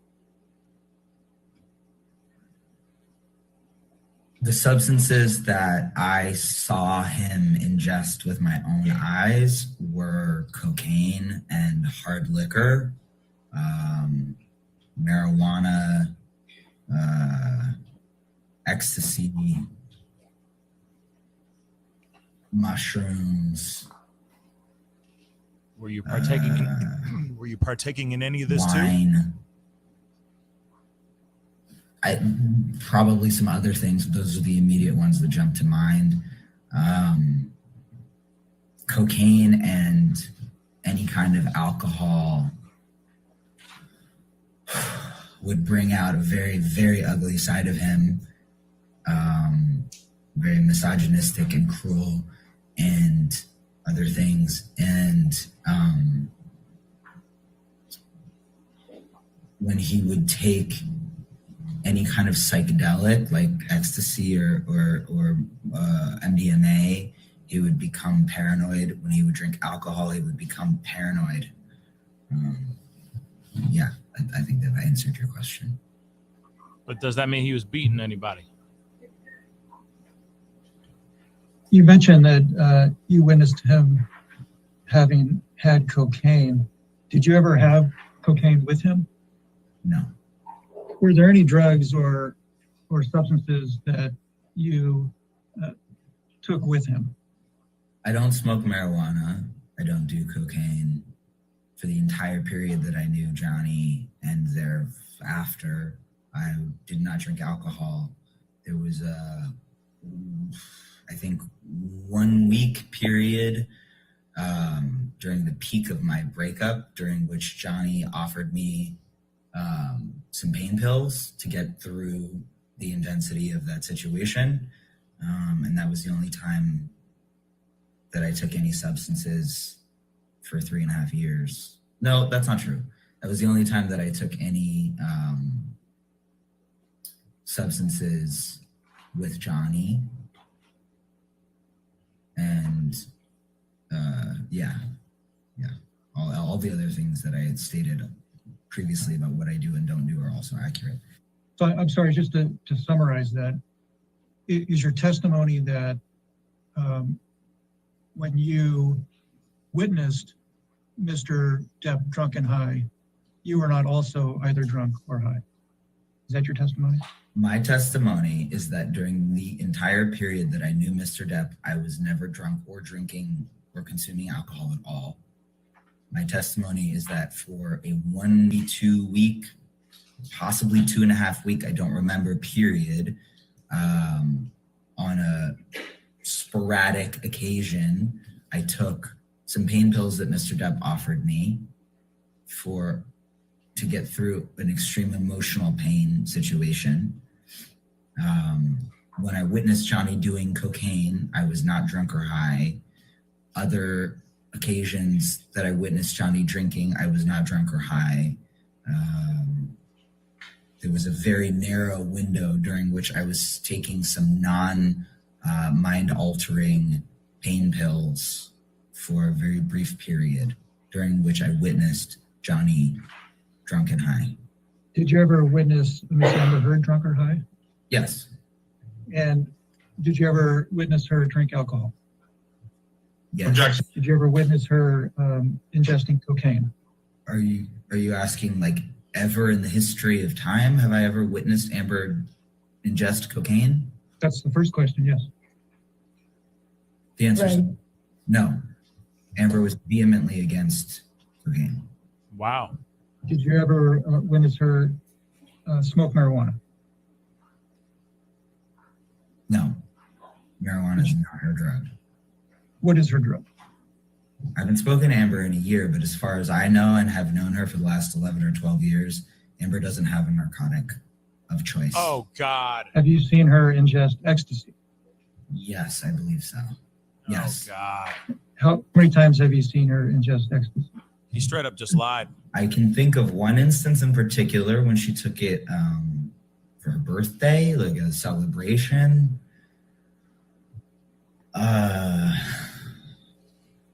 Wasn't Do you recall what year that was? From an event. Other than the narcotics and alcohol that I mentioned, did you ever witness Ms. Heard ingest any other drugs?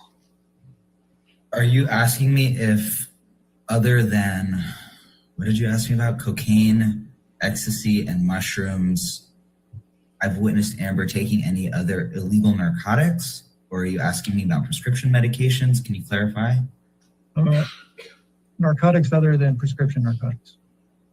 I don't know, but I don't actually think to know. Okay. Amber drinks red wine when she's not training, or let me rephrase that. Amber, when I knew her, drank red wine in the evenings fairly regularly, with the exception of when she was training for an acting role.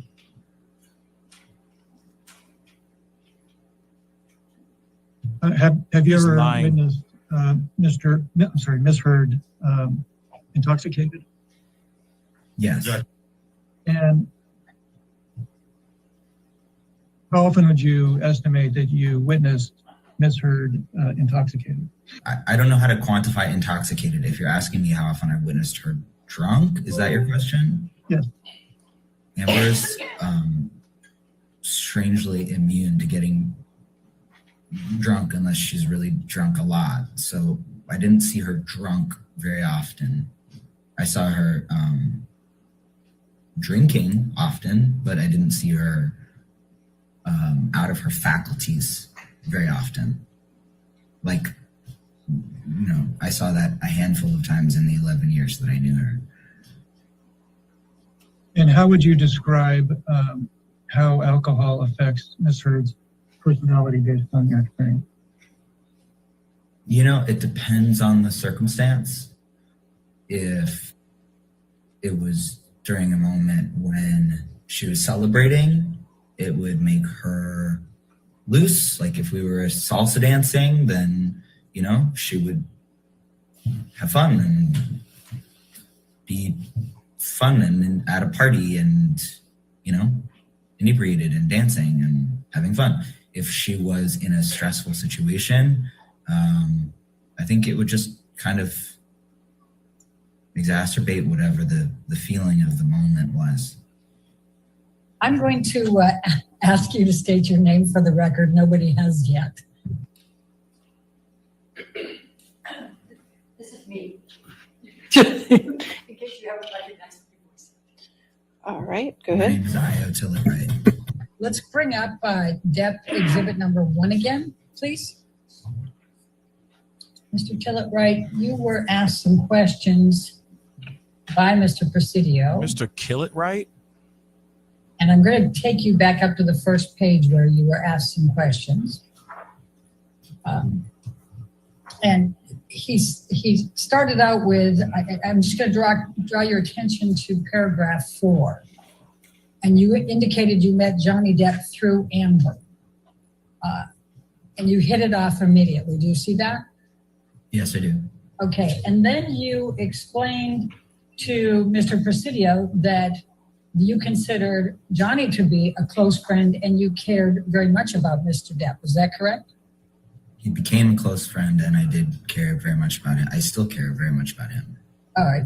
Could you please describe Yes, this that IO. relationship that you had with Mr. Depp up until I think you said December of 2015? Sure. Okay, Mr. Depp and I first met. Amber invited me over to his house with my then partner, girlfriend. I don't know if she was my fiance yet or not. In I think February of 2013, right at the beginning of 2013. And we all hung out, the 4 of us hung out in his house, in his living room, and just kind of talked and got to know each other. and it was sweet. I was mostly hanging out with Amber and kind of meeting this person. It was a trip to meet someone like that, you know, and see his house. And he was very friendly and very welcoming and very kind. And then the next time we saw each other was at, Amber and I both like to do what we call family dinners. So we invite people over and cook for them and have a dinner party. And Amber did an elaborate family dinner at her house, and Johnny and I and my ex and Amber, and I believe Whitney were there. I don't know if anyone else was there. I'm sure other people were there. I don't remember. And Johnny and I really connected at that dinner. We were sitting either opposite each other or just catty corner from each other. And I left feeling a very intense connection to him. And I was like, well, yeah, sure. Everybody probably feels an intense connection to him because of who he is. I'll forget it. It's ridiculous. And then a couple of days later, Amber had another dinner, such a dinner at her house. And Johnny and I had another really good time and felt very connected and really laughed a lot and whatever. And at the end of the dinner, as I was standing to leave with my ex, Johnny came up to me and said, I don't really know how to say this because it doesn't happen to me very often, but I think I love you. And I felt strange because I felt the same way. And I said, that's funny because I had that same experience after the last dinner party too. And then we joked about how crazy and ridiculous that felt. And we exchanged phone numbers, and then he texted me wanting to talk about Amber a couple of times, and I felt that it was like kind of violating her privacy. So I said that I was happy to be friendly with him and happy to, I don't remember exactly what I said, but something to the effect of like, you know, I'm happy to give advice or to help you guys stay in concert with each other, but I don't want to violate anybody's privacy with the other one. And I think he really respected that and really liked that because he also values his privacy greatly. And then, yeah, I was in LA for a couple more months, and I don't know, I think maybe we hung out more during that period. I'm not sure. I don't remember if they came to New York during the next stretch of time or what happened, but basically by the summer, I came back to LA to write and had a very bad breakup with that fiance and was going through some things personally that Johnny, you know, he was like, I recognize what's happening for you. It was like particularly bad anxiety related, trauma related things. And I didn't expect him to offer me any support around that stuff, but he just was like, wait, I see what you're going through. You know, this is my experience of it. I have the same thing, and let's talk about it. And like, if you need anything, I'm here. And I was like, thank you so much. You know, I didn't really expect that. And I went back to New York to be with my family for a couple of days or maybe a week or something. And it was very painful to be there. And he had said, if it's painful to be there, you know, just let me know and come back and stay here. And so I did. And I came back, and I originally was going to stay at Amber's house because she kept her apartment for a number of years while they were together, even though she stayed at his house a lot, that she paid for, etc. And she was, you know, the person that I'd known longer, so I felt more comfortable being at her house. And then the consensus was that I should be closer to them. And so he said, oh, there's this house that's just sitting empty at the end of the street. Just stay there. And I was very hesitant because I didn't want to take advantage of him. And he was insistent, and he was very kind about it. And he said that he understood fully what having PTSD and anxiety could do, and that he wanted to help. So I went and I stayed there. And then that was, I'm guessing, in August of 2013. And then in September, I think, Amber went to England to shoot a movie. So I was there, and Johnny and I would hang out on our own. And Johnny doesn't have a ton of friends because he can't. And I would go up and hang out with him. You know, we really enjoyed each other. We really liked each other. And so we would just hang out, you know, on a daily basis, eat dinner or watch movies, and I'd hang out with his kids, and got, you know, very like into like a very sweet uncle niece nephew relationship with his kids, and they called me Uncle Io. And Mr. Tillett-Wright, did you ever call Mr. Depp brother, or your brother, refer to him as your brother? Yes, I did. Now, I'm going to take you to paragraph 5 of Depp Exhibit number 1.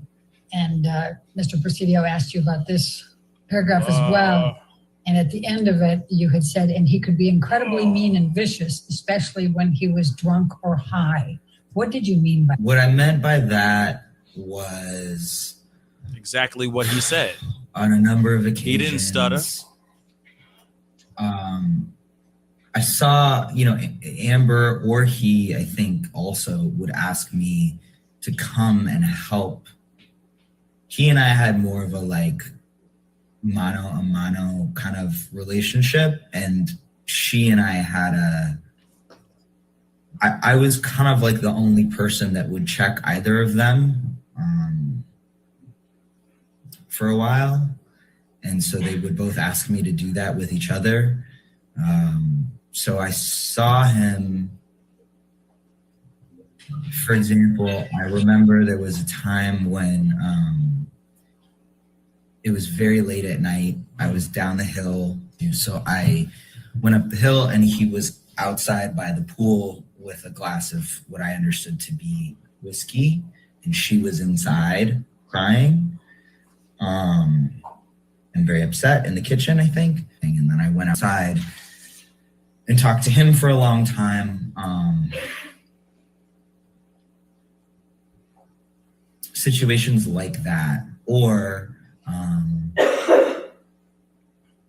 and he would say things. He said something to me that night that I thought, that night by the pool, where I thought, Jesus Christ, you know, things like, she's gonna, you know, all she's got is her looks, and, you know, she has no talent, and when her tits start to sag and her face gets wrinkly, nobody is going to be interested in her for anything, and she, you know, better like figure out another way to survive and shit like that. Sorry, pardon me, things like that. And I also witnessed him when Amber was in England. Marilyn Manson and Paul Bettany came over at one point, and there was a great deal of cocaine and alcohol involved that I witnessed them doing together. I don't specifically recall if Mr. Bettany did or did not partake in the cocaine, or really much of anything except things that he said in his personality. But Mr. Manson and Mr. Depp partook in a lot of cocaine. What, if anything, did Mr. Depp tell you about his struggles with drugs and alcohol?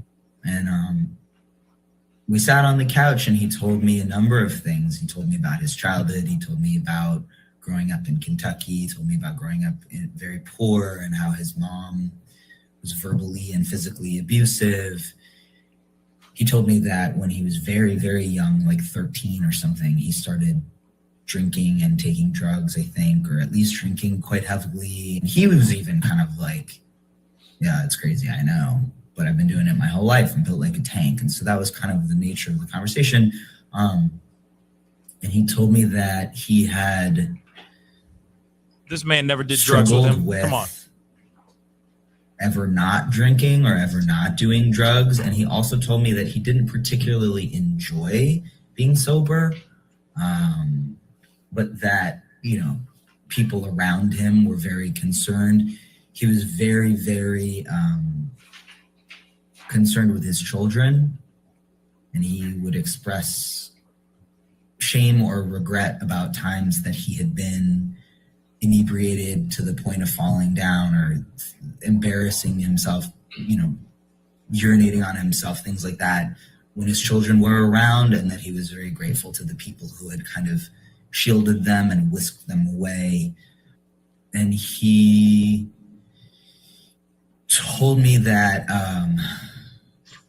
in his relationships with previous women, his drug and alcohol use had been an issue,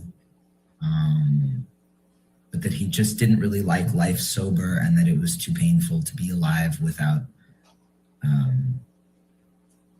imbibing or getting high. And oh boy. He also told me that he had experienced great bouts of jealousy in relationships that had also led to a lot of drinking and a lot of rage activities. He told me that happened with Winona. He told me that happened with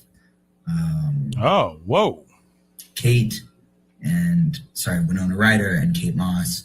He told me that had happened with he thrown him all the way on Parody.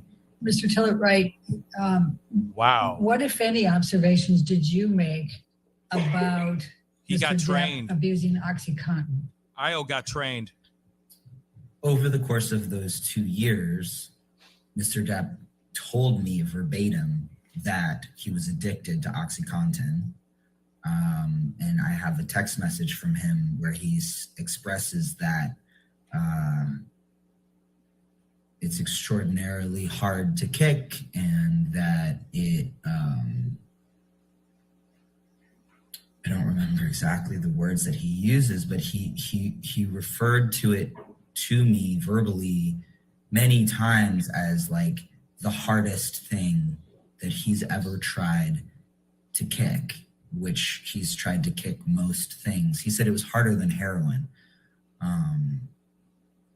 So he was very open and verbose about OxyContin, having gotten addicted to OxyContin. So what, if any, observations did you make about Mr. Depp smoking cigarettes and joints, marijuana? Mr. Depp,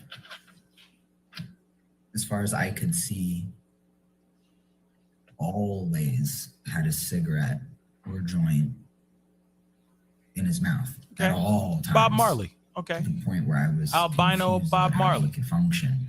He also showed me his Snoop Dogg smokes weed every day. That had, I don't know, tens hey, and tens of pounds of weed in it.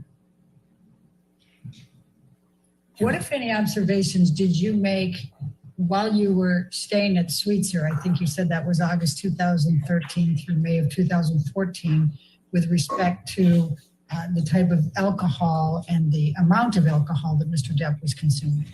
When I saw Mr. Depp drink, it was often hard liquor.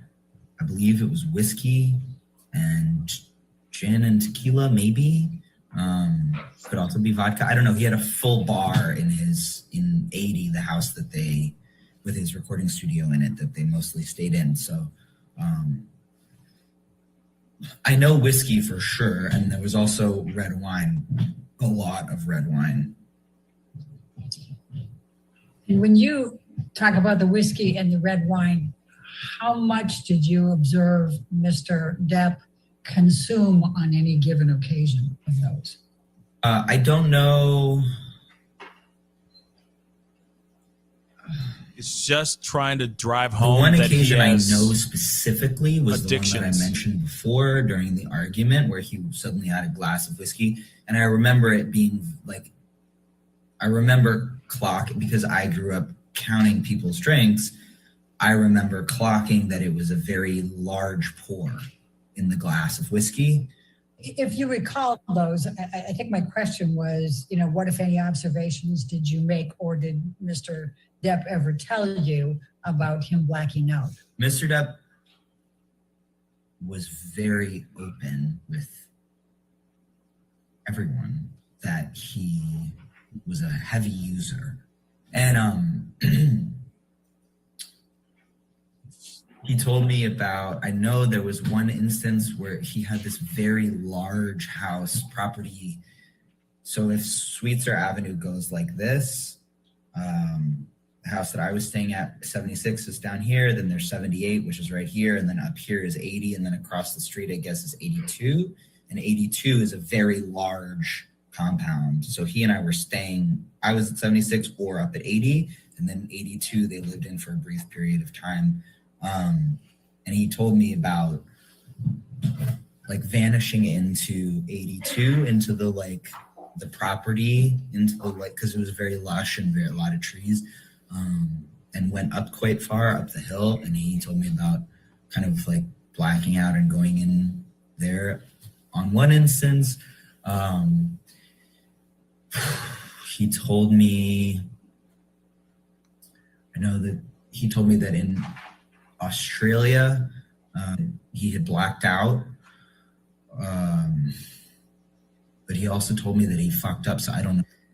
In terms of specific blackouts, there were a number. I think he said on the plane, he said that he didn't remember what had happened.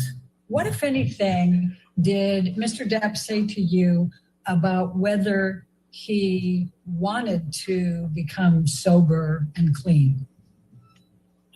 Mr. Depp expressed to me that he wanted to get sober for Amber. Thank you, Rashida. He Rashida. didn't enjoy being sober, that it wasn't fun, and that it was distressing and exhausting, and very hard to do. He really resented having to be sober. He didn't want to be. And what, if anything, did Mr. Depp say to you about his perception of Amber's role in him becoming sober and clean? He expressed a number of times that he felt like she was his leash and she was holding him back from doing what he wanted to do in terms of substances and alcohol. I just want to go back to another incident that I remember. He told me he blacked out, was on the island. He went to the Bahamas. There were two different instances. One was, I guess, like they had only recently met, and he told me that he passed out face down in the sand while his kids were there, and that the staff had whisked his kids away so that they didn't see it. Mr. Tilleray, when you said that Mr. Depp thank you for that correction. The term monster, what do you recall him saying about that? And the language that ended up being kind of settled on was that there was a side of him that was the monster, and that it was not who he was, but it was something that lived within him that he had to battle. And the language that he always used was that of battle and battling the demon, battling the monster. So that the monster, he would say things like, the monster will not win. I will not be that type of man. I don't want to be that type of man or husband. I don't want to hurt. He would call her Slim, our Slim, our girl, referring to all of her friends and him and her and I. Yeah. What, if any, observations did you make of Mr. Depp, both in terms of physical as well as temperament, when you perceived him as having too much to drink? Mr. Depp would drink and or take drugs. He would get Thank you, Kay. very mean, very surly, very paranoid, extremely paranoid. He would weave these elaborate situations in which Amber was having affairs with every man that she ever worked with and every woman she ever came in contact with. He became very demeaning. Johnny is incredibly intelligent, incredibly smart and witty, and he would point his jokes at people, Amber's appearance, her talent, her lack of talent as he perceived it, why he thought that she was actually famous, which he always implied was just because of her looks. And because he thought that everyone wanted to have sex with her. And he would insult his fans. He called them, I remember he called them remoras, which is a type of sucker fish that attaches itself to the hull of a ship and puts a hole in it and then sinks it. He would rail against his mother and his sisters, pretty much, anyone that he felt had crossed him or could cross him, he became very nasty about. What, if anything, do you recall Mr. Depp saying about his mother and comparing his mother to Amber? Mr. Depp told me that his mom was viciously cruel to him during his upbringing, and that she was also viciously violent with him and with his siblings and with his father. He referred to her, pardon my language, as a bitch and a cunt a lot. And he seemed to kind of compare them in the sense that he said at one point, something to the effect, it's right here actually. I already have a mom who was a bitch to me. I don't need another one in my life.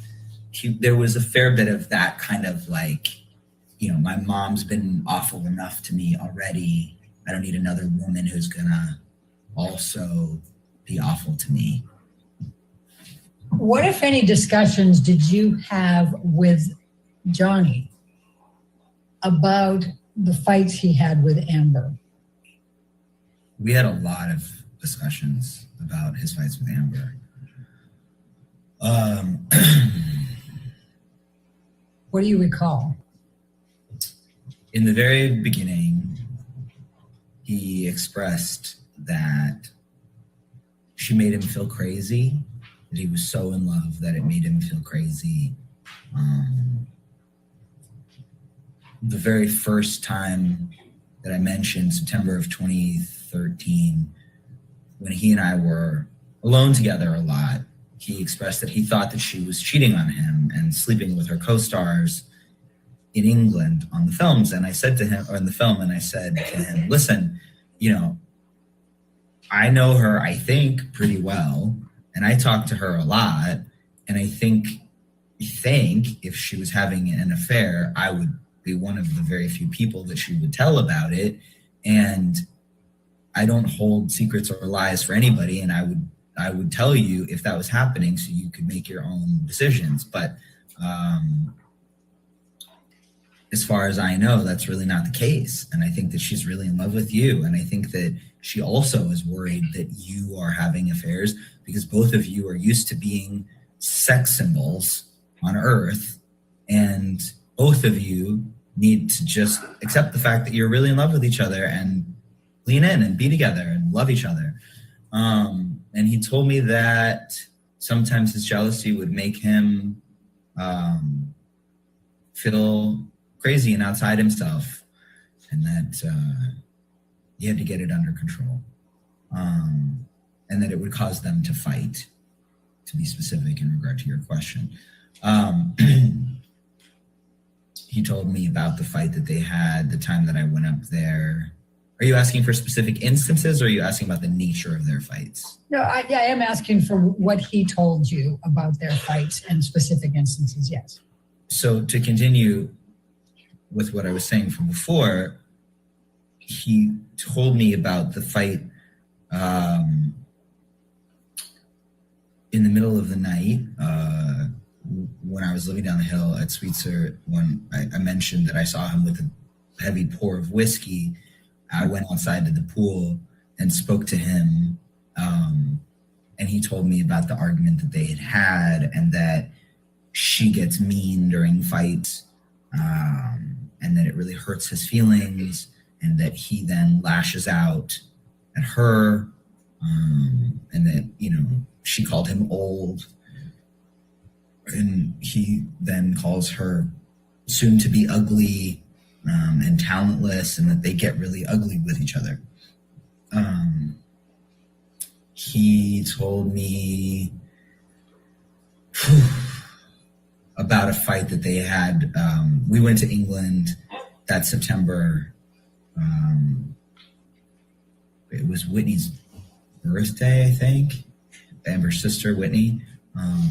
And Amber was stuck working. My birthday, Raquel's birthday, and Whitney's birthday, the three people who she was closest to, all have birthdays in September.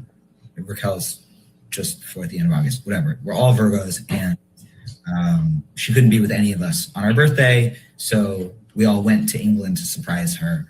And during that trip, Johnny proposed to her, and they then, I'm pretty sure that night after the proposal, got in a huge fight, which they both told me about separately.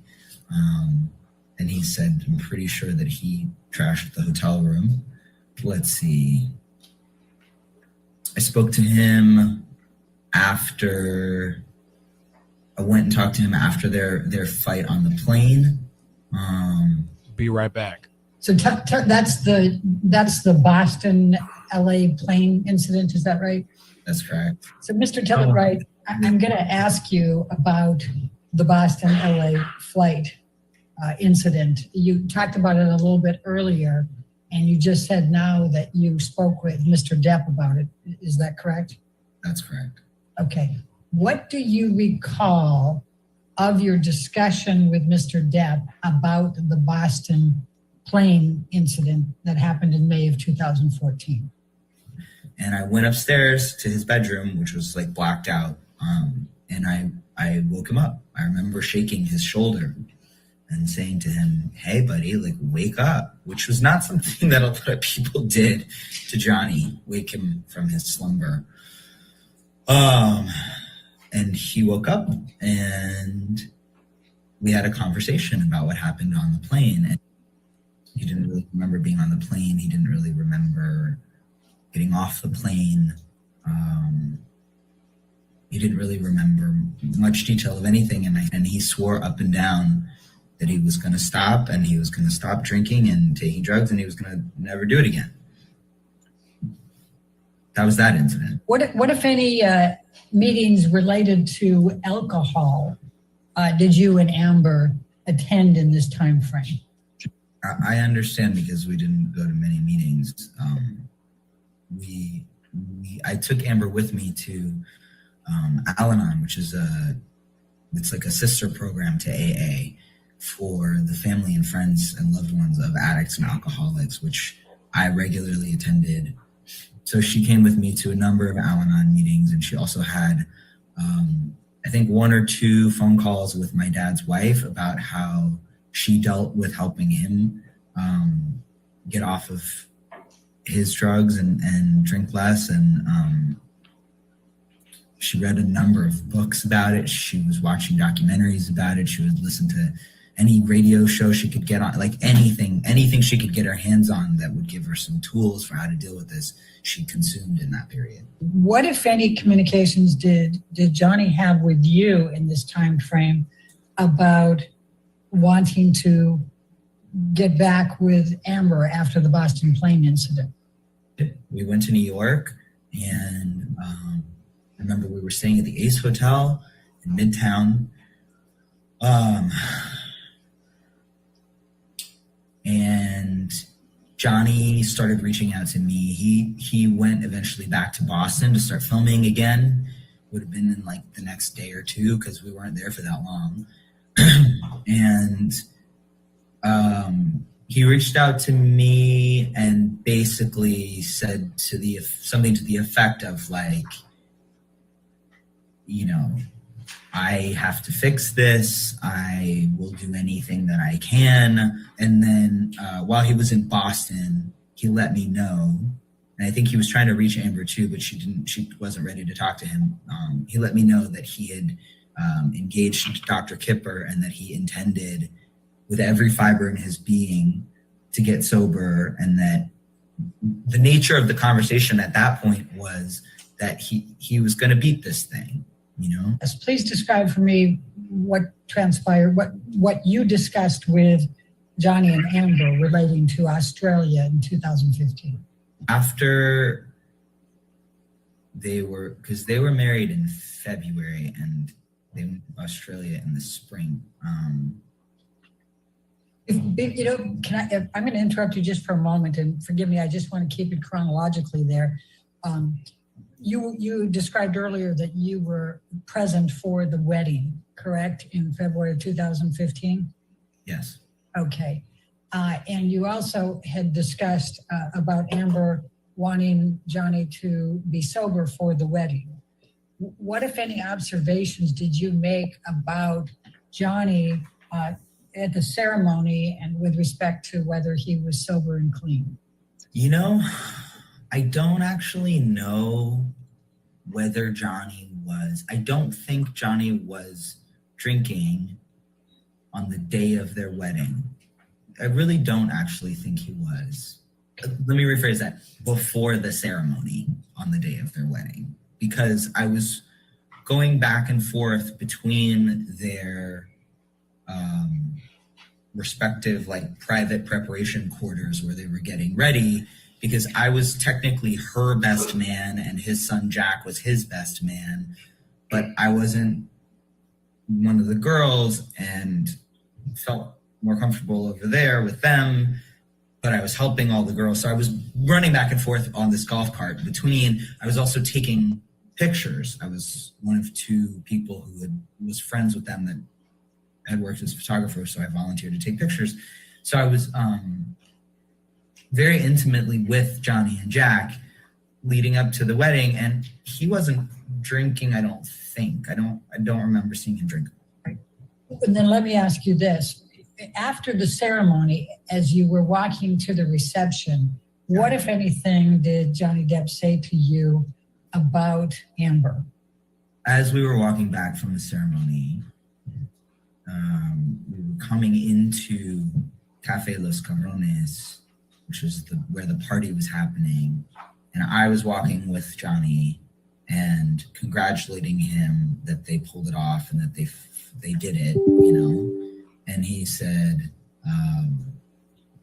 we're married. Now I can punch her in the face and nobody can do anything about it. So I'm going to now turn your direction to Australia, roughly a month later after the wedding. You weren't present in Australia with Amber and Johnny, correct? That's correct. I'm showing you what has been marked as exhibit number 3. Do you recognize anybody in this picture? I do, yeah, myself and Miss Heard. I do, yeah. Please describe what you see. I see a number of long, thin cuts. And what, if any, similarity are those to the ones you just described, having seen after Amber returned from Australia? Very similar.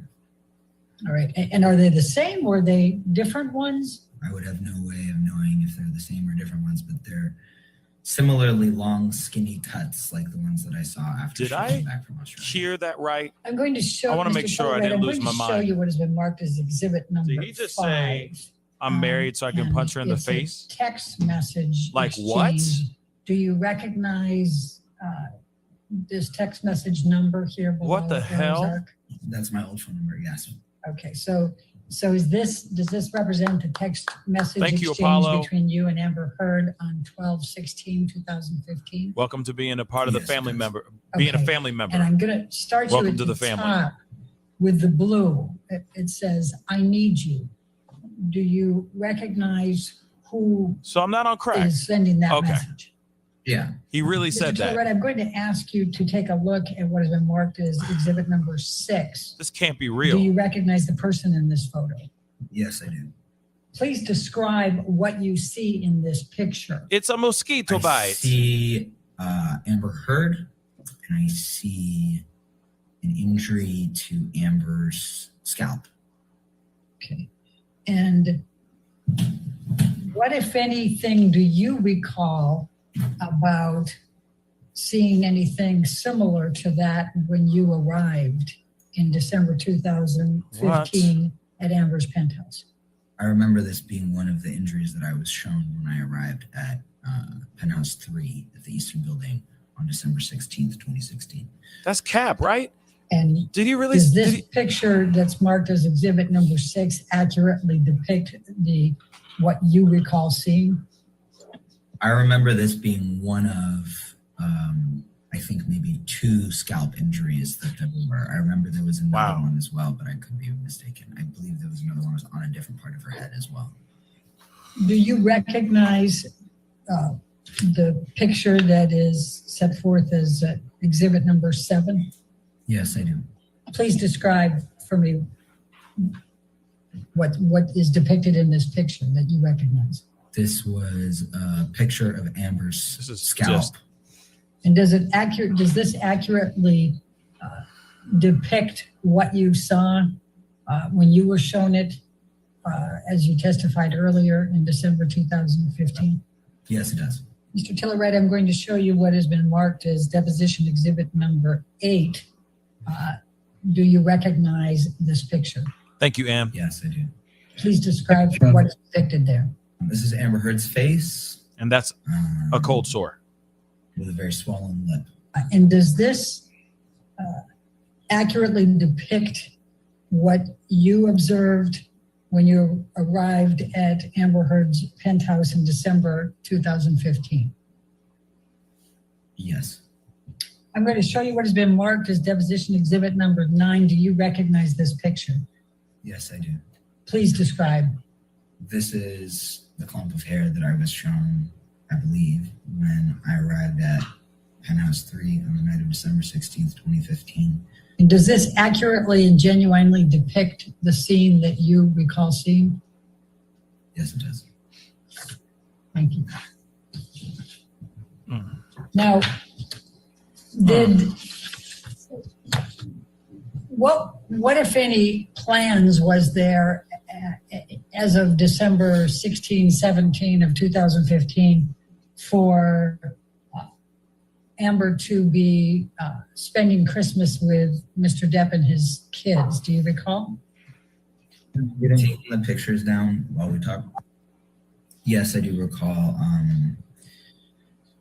There was a plan for Johnny and Amber and Lily Rose and Jack and Raquel and her boyfriend or fiance at the time, Josh, to go to the Bahamas. Oh, and Raquel's mom and Amber's parents to go to the Bahamas and spend Christmas on the island together.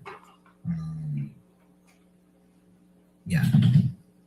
Mr. Tillett, I'm going to ask you, what, if any, conversations did you have with Johnny Depp about the December 15 incident? I don't think that I don't know that he and I had a direct conversation about it. I'm not sure if he and I had a direct. So what, if any, I'm going to show you, Mr. Tillett, what has been marked as deposition exhibit number 16. It's a text message exchange dated 2/10/2016. Do you recognize this document? Yes, I do. It's a text exchange between me and Amber Heard about a video that she sent me. Okay. Now it starts out, hi, Steve left me a voicemail at 5 a.m. And that's from you, correct? That's correct. Do you remember what the voicemail message was? Yeah. Johnny called me at 5 a.m. and left me a voicemail in the character of some kind of management, of like a property manager. And he said something about, yes, hello, this is management. And I don't remember what he said, but it was something to do with like, we have a situation that we need to change out the something. And it was just a lengthy, just off the wall nutbag ramble in the character of management. Mr. Tillerite, I'm going to show you what has been marked as exhibit number 17. And then Alex, I'm going to ask you to play this. I'm not feeling this, but I don't know. Would anybody be willing to commit perjury for Amber Heard? Really? Oh, Lord. They never give us a heads up with any of this ish. With any of it. I got to do this because... Then I got to do this too because we all know this video. But I got to be careful because of there's certain copyright stuff I got to avoid. We all know this video. Cutie pie. So they got a boy to lie as if he is a credible witness. Next, there's no resurrection. Yeah, I don't know. After her lying on the stand over everything, can we really believe that? Everything that he said? Can we believe what he said? After her lying on the stand over and over and over again? I do have something to say about him, but I'm going to say that in a second. We're not even fighting this morning. All I did was say sorry. Well, I'll say it now. We already know this. Did something happen to you? We already know this. So, but the thing is with this guy, this is very interesting, but really quick. I think there's the thing is that I think a lot of it he just heard from her mouth. So he believes her. So that could be it too, that he's just repeating things. Not a lot of this, not everything, but some things. I think he's repeating from her mouth, not from Johnny's. I mean, the fact that he said smack, like, oh, I married her, so I can punch her in the face and I can do whatever I want because I'm married to her. That's insane. And I don't think Johnny would ever say something like that, but that's just insane.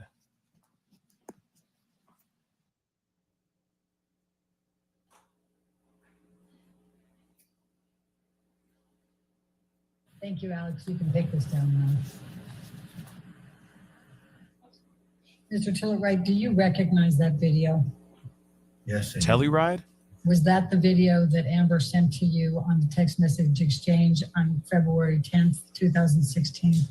Yes. Do you recall watching that video on February 10, 2016? Yes, I recall watching that video at the time that I received those text messages. So I'm going to take you to 21 May 2016. What do you recall with respect to a telephone call you received from Amber? Sure. Oh, boy. I was in New York. I was there visiting family. I was in Greenpoint, Brooklyn. I was walking down Manhattan Avenue, and I got, I believe, a text message from Amber that said something to the effect of like, can you talk? And so I called, and I was walking down the street as this happened. She put me on speakerphone. So I was talking to both of them. He just stopped by to pick up some of his stuff. And he has a theory that he, either he wants to ask you about, or and I said, okay, sure. And hello, Johnny, like, you know. And I think it was he said or she said, Johnny thinks that you and I together defecated on his pillow. I think the words were used were shit on his pillow. So I started laughing, and I was laughing, she was laughing, and when I realized that he was serious, I was like, okay, look, first of all, I wasn't there that day. You're awesome, and so Christy. he got Thank very you. agitated by the fact that she and I thought it was funny, and he started to get more and more agitated, and I could hear him walk away from the phone. He came clomping back down the stairs, and I heard like a noise, and then the phone dropped, and he said to her, "Oh, you think I hit you? You think I fucking hit you? What if I peel your fucking hair back?" Oh boy. And then I heard the phone drop again, and then I heard her scream. I remember her screaming. And I hung up the phone, and I called Raquel immediately because I know that she lives one door away. Oh and boy. Her and her boyfriend Josh, who's a big dude, would be able to get there the fastest. And I called her, texted her right away, and I hung up with her and immediately called 911 in New York. And then I called a friend of mine in LA who Go I back knew to IO. had met Amber a number of times. And I think I may have placed a second call to NYPD. Now I'm all frazzled and I don't remember, but I think I called NYPD. Mr. Waldman made some statements in April and June of 2020 If that's true, that's that- terrible.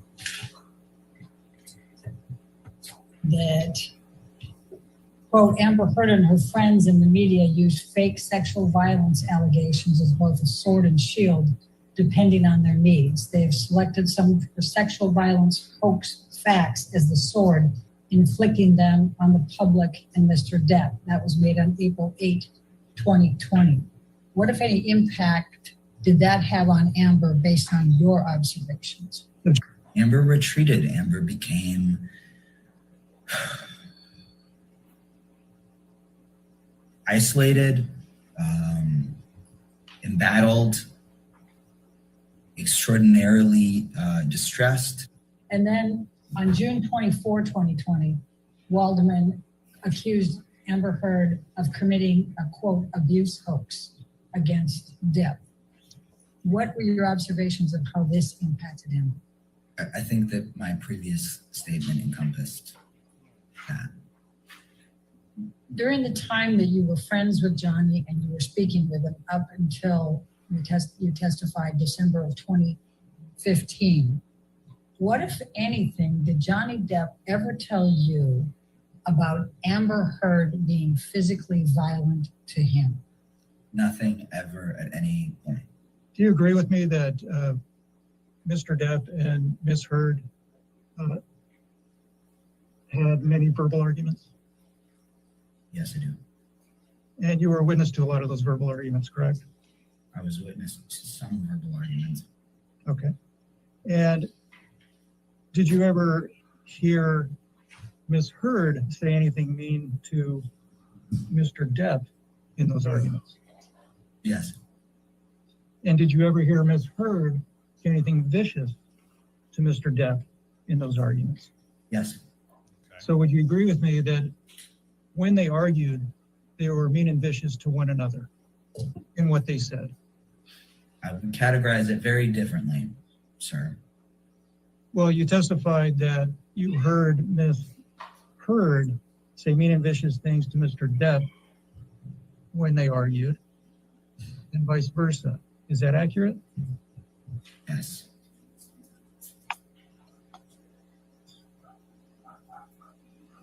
And although you witnessed arguments, verbal arguments between the two of them, where they exchanged mean and vicious statements, you never saw Mr. Depp assault or beat Ms. Heard on any occasion, correct? Objection. No, I never saw either of them physically assault the other one. Did you ever experience him become violent as a result of or because of smoking cigarettes or joints? As I've already explained to you probably 8 times, I've never seen Mr. Depp become physically violent with Ms. Heard. So if that's what you're asking me, if he smoked a cigarette and that made him violent, I think you know that that's ridiculous. And the answer is, again, no. Did you ever witness Mr. Depp become violent in any manner on account of him smoking cigarettes or joints? If you want my honest answer is that Mr. Depp mixed substances constantly. And I keep trying to tell you that. He mixed all kinds of things together when he got crazy and violent. So, and upset and paranoid. So, and I never knew what he had taken. When you say when he got violent, when did you see him get violent? I saw Mr. Depp throw glasses and dishware on at least 2 occasions, which I would characterize as physically violent. And do I know if he'd smoked marijuana or cigarettes? Before that, I don't know. When were those 2 occasions? Sometime during the time that I was living in Sweetser. And once at the Eastern Building. And prior to throwing those dishes, did you witness him imbibing any drugs or alcohol? I couldn't tell you, but seeing as Mr. Depp always was smoking cigarettes and marijuana, my assumption would be yes. Okay. Oh boy. Yeah, I don't know why he got that upset, but okay. He kind of lost his, or they kind of lost their cool there for a second. Do you recall when Ms. Bredenhoff showed you a picture of a clump of hair on the floor? Yes.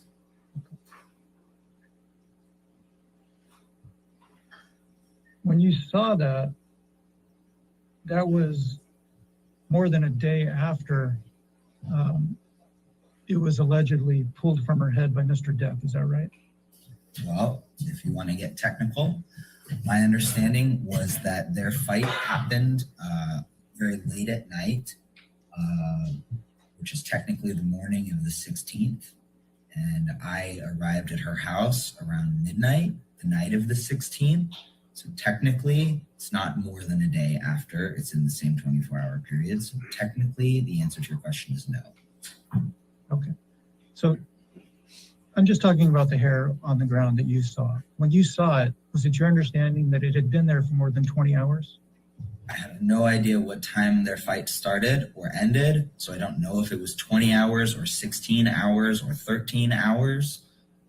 But my understanding, again, was that they had gotten into a fight sometime in the morning of the 16th / late at night on the 15th. I don't know at what point during that fight in which the clump of hair was ripped out of her head, but it happened sometime then and there. So yeah, sure. My understanding was that that clump of hair had not been moved since it was ripped out of her head.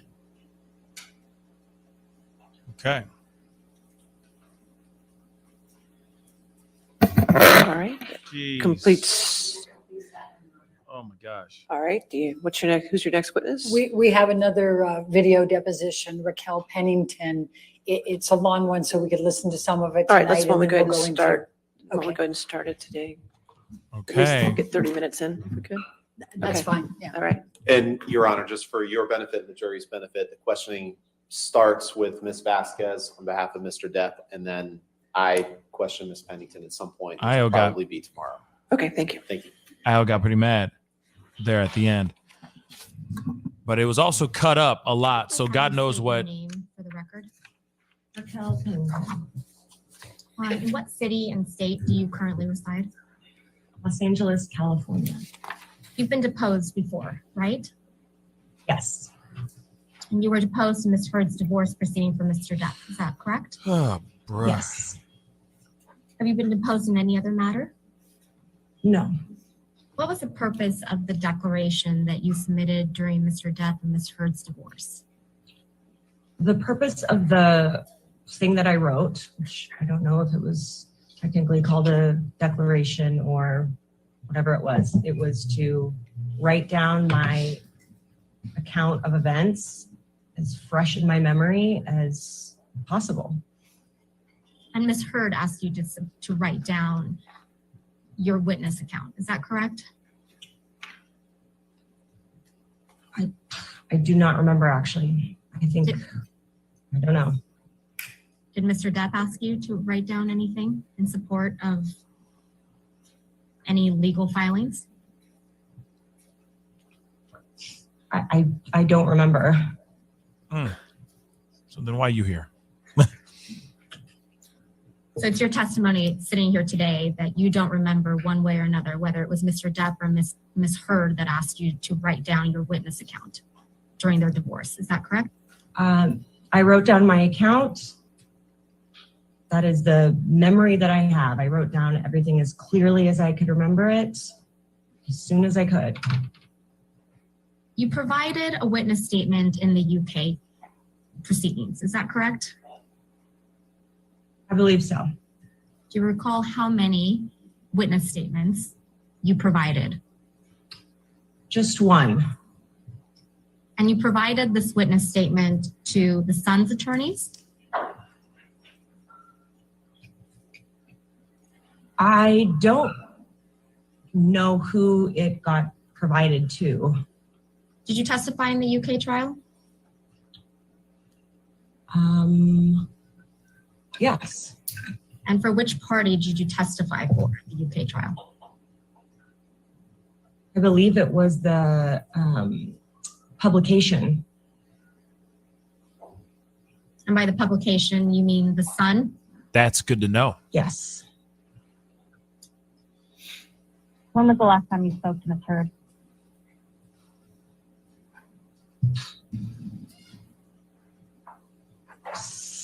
That's interesting. Perhaps 6 months ago, maybe more. What did you and Ms. Heard speak about?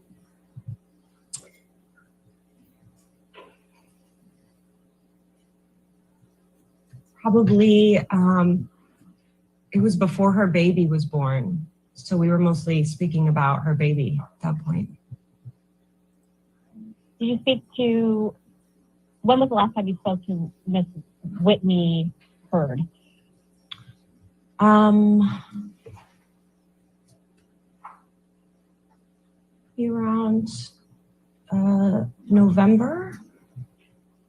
October, November of last year.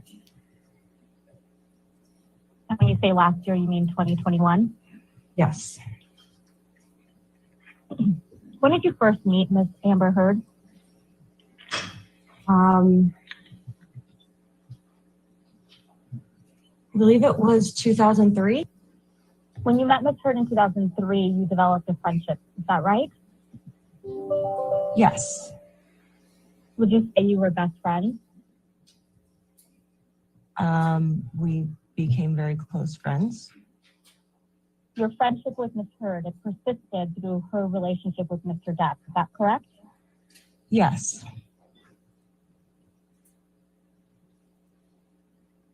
And you were friends with Ms. Heard through her divorce from Mr. Depp as well. Is that correct? Yes.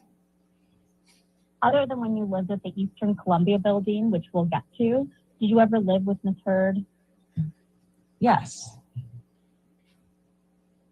When was this?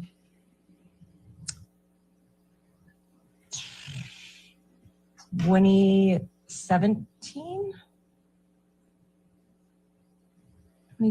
to 2018. Yeah. Where did you both live? We lived on Holly Drive. Was that a home? Yes. And did you pay rent? No. Did Ms. Heard? Yes. Sitting here today, do you still consider Ms. Heard a friend? I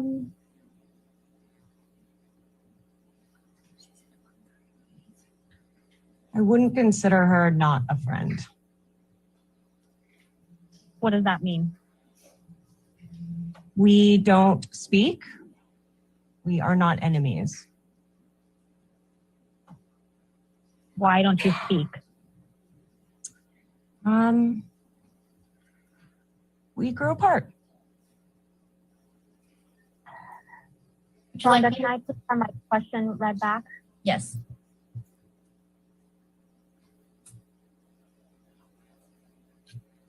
Sitting here today, you can't give me one reason why you grew apart from Miss Heard. I wanted to spend more time with other people in my life and prioritize other relationships and other relationships. Over the course of your friendship with Amber Heard, did you ever see her using illicit drugs? Can you define illicit drugs? Not prescribed. Yes. Did you ever see her use cocaine? Come on. Yes. There we go. How many times? Countless. I don't know. Countless times. You can say countless. Countless? No. Less than 10? Yes. She's Less than lying. 5? Yes. Wow. If you remember, when was the first time you ever saw Amber Heard use cocaine? I don't remember.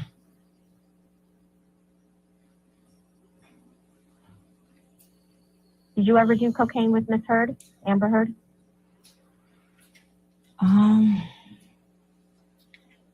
Yes. How often? Jeez, why is she hesitating? Can't count it on one. Not often. Was there a point in your relationship with Miss Amber using more cocaine? No.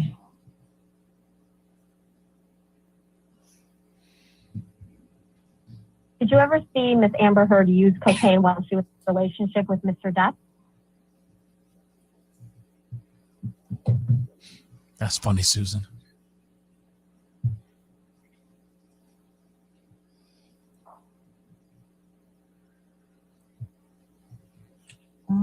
I don't think so, no. You know what Provigil is? Yes. Are you aware that Miss Amber Heard has taken a drug called Provigil? Yes. Do you know when she started taking it? No. Do you know whether Amber Heard continued to take Provigil during her relationship with Mr. Depp? No. Did she ever tell you that she had stopped taking Provigil? She never told me that. Are you familiar with any of the side effects of Provigil? No. Did Ms. Heard ever tell you that she was experiencing any side effects as a result of Provigil? She never said anything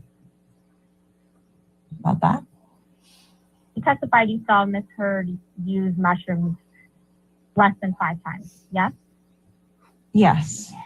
Each of those 5 times, or less than, was she in a relationship with Mr. Depp? Did you say each of the 5 times?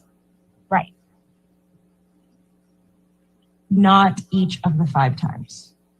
How many times that you observed Amber Heard use mushrooms was she in a relationship with Mr. Depp?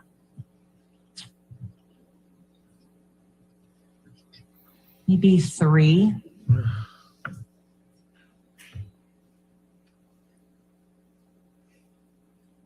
you recall the specific occasions when you saw Amber Heard use mushrooms while she was in a relationship with Mr. Depp?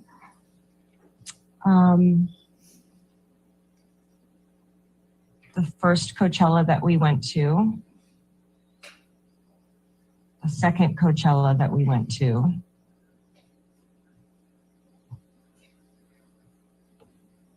and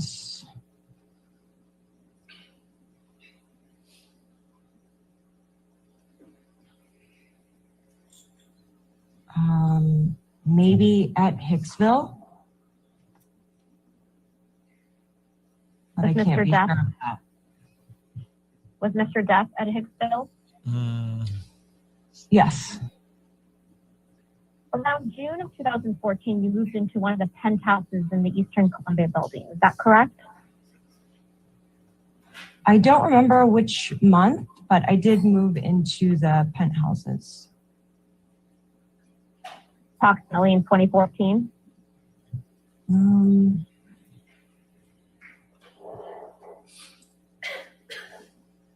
Approximately.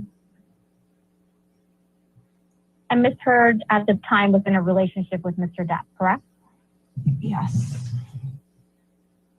And it was Mr. Depp who invited you to live in one of the penthouses, right? They both did. When you say they both did, they both sit you down and invite you to live in the penthouses?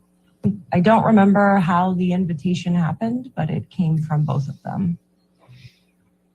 This was a penthouse Mr. Depp owned, right? Correct. And specifically, the one you lived in, it was referred to as Penthouse 1, right? Correct. And when you moved in, Mr. Depp gave you a master key to all the penthouses he owned, right? It could have been one of his assistants. When you say one of his assistants, you mean one of Mr. Depp's assistants? Correct. So either Mr. Depp or one of his assistants gave you a master key to all the penthouses that he owned, correct? Yes.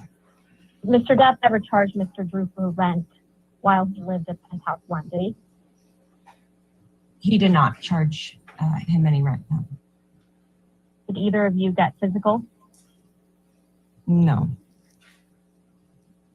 And how was this argument resolved? We talked it out. You recalled another argument with Ms. Heard at Holly House, is that correct? Mm-hmm. What was this argument about?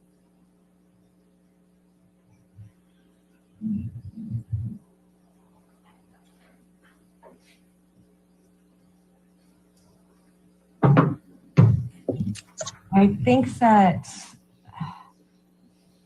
we were setting up for Thanksgiving, and we were looking for maybe some glasses or some dishware. We had just moved in and we couldn't find them anywhere. And then she finally found them in a place that I thought I had looked, and we started arguing about that. She thought that I wasn't looking hard enough, I think, and I told her that I thought that I looked there. Yeah, I think that's what their argument was about. Was this just a verbal altercation, or did you get physical with each other?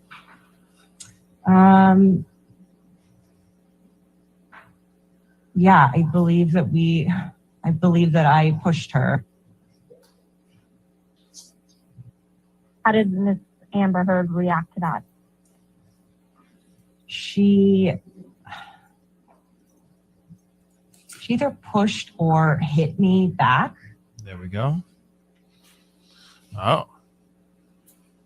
Yeah. You know where she hit you? I think it was on my cheek. Do you recall any other physical altercations that you've had with Ms. Amber Heard? No. She's kind of like a neutral witness, it seems Do you like. recall any specific instances when you saw Amber Heard get into a fight with someone else?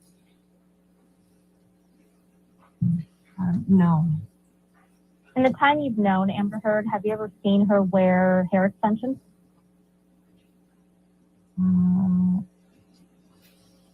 Yeah. Yes. Did she have hair extensions in while she was in a relationship with Mr. Depp?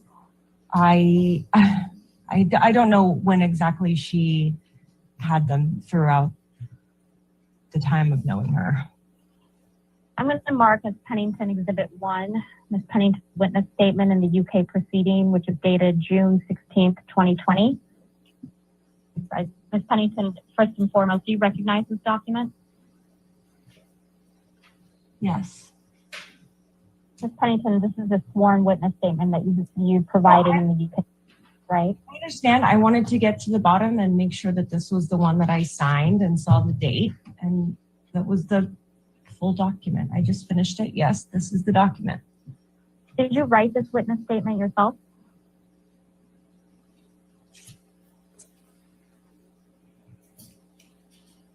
Yes.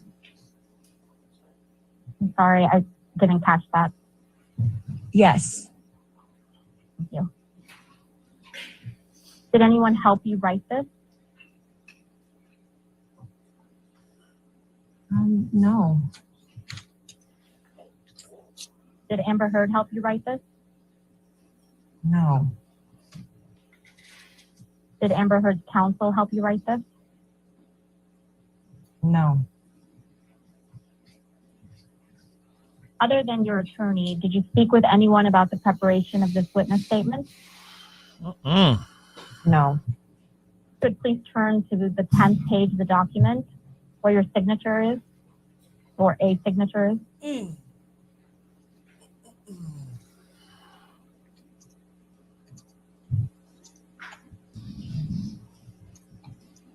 Oh boy. Is that your signature on the 10th page of this document, Ms. Pennington?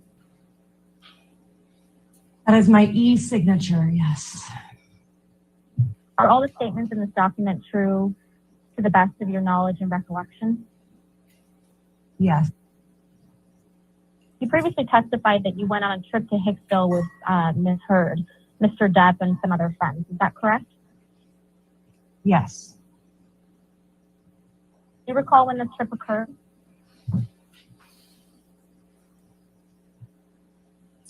Thank you, Claudia. Not off the top of my head. Do you recall who else went on that trip?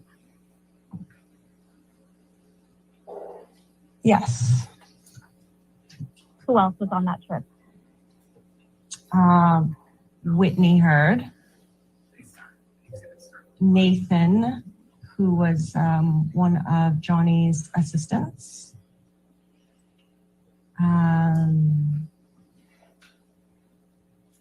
Brittany Eustace. Thank you, hippie gypsy. Welcome to the family. Kelly Milano.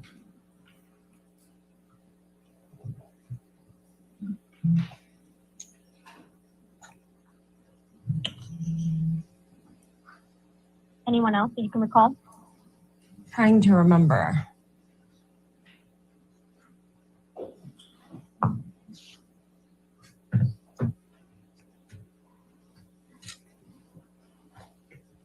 No, I don't remember anybody Thank you, Paula. else.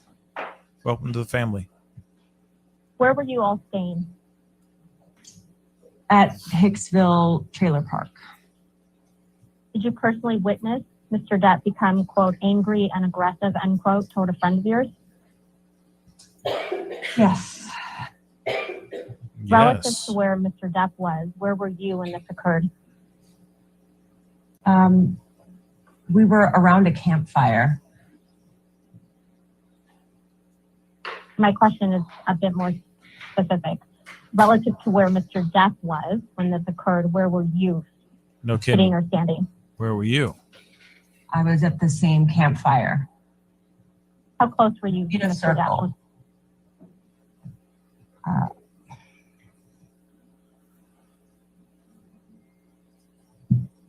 6 to 10 feet. time of day did this occur? Evening. Had you consumed any drugs or alcohol at this time? Mm-hmm. Yes, you were on shrooms or ecstasy? I think so. What do you recall consuming at that time? Thank you, Jason. I don't remember. Likely wine. I don't remember specifically. Do you smoke any weed? No. Did you consume any cocaine? No. Had you consumed any mushrooms?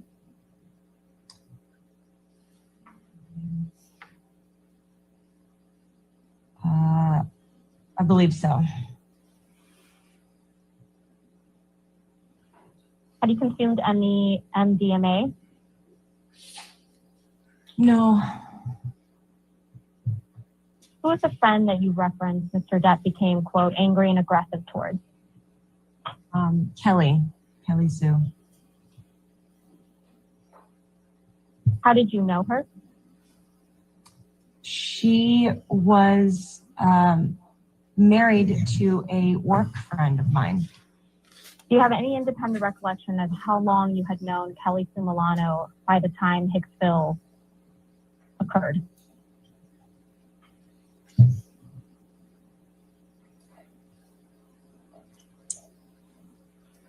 More than 1 year, less than 2.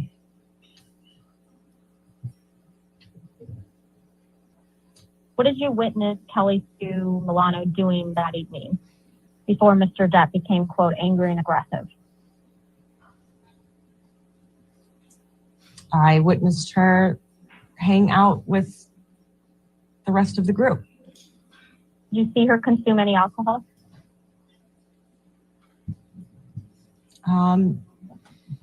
Not that I remember. Do you see her smoke any weed? No. Consume cocaine? No. Did you see her consume any mushrooms?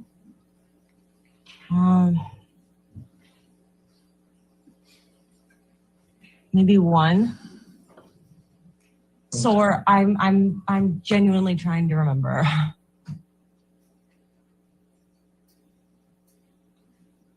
I saw her eat some amount. I don't know how much. It's hard to remember. I mean, this Did you see her years consume ago. any MDMA? I could see it being hard No. to remember.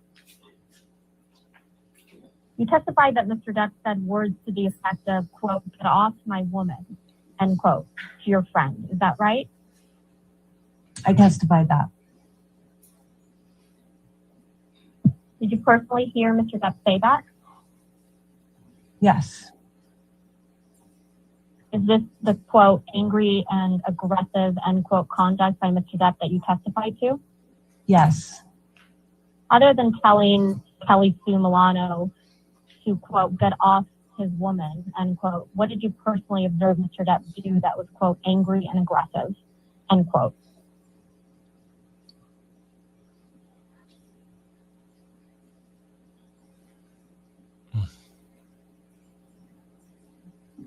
That was what happened. Then I think Kelly and Amber were hugging on a chair out by the fire. He came out of nowhere, said that, and then I think that Amber and Johnny went back to their trailer. Other than hearing Mr. Depp say something to the effect of get off my woman, what did you personally observe Mr. Depp do that was, quote, angry and aggressive? That's it. Did you hear Amber say anything to Mr. Depp? I don't remember her saying anything. Did you hear Amber Heard raise her voice when speaking to Mr. Depp? No. What, if anything, do you remember about Amber's reaction to Mr. Depp's behavior?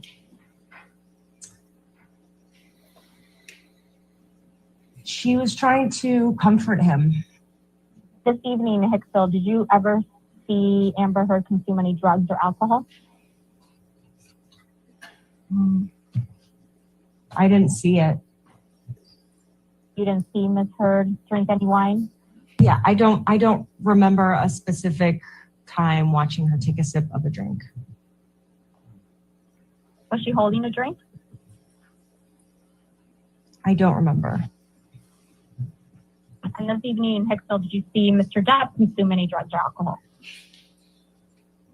I didn't see any specific image in my mind of him consume.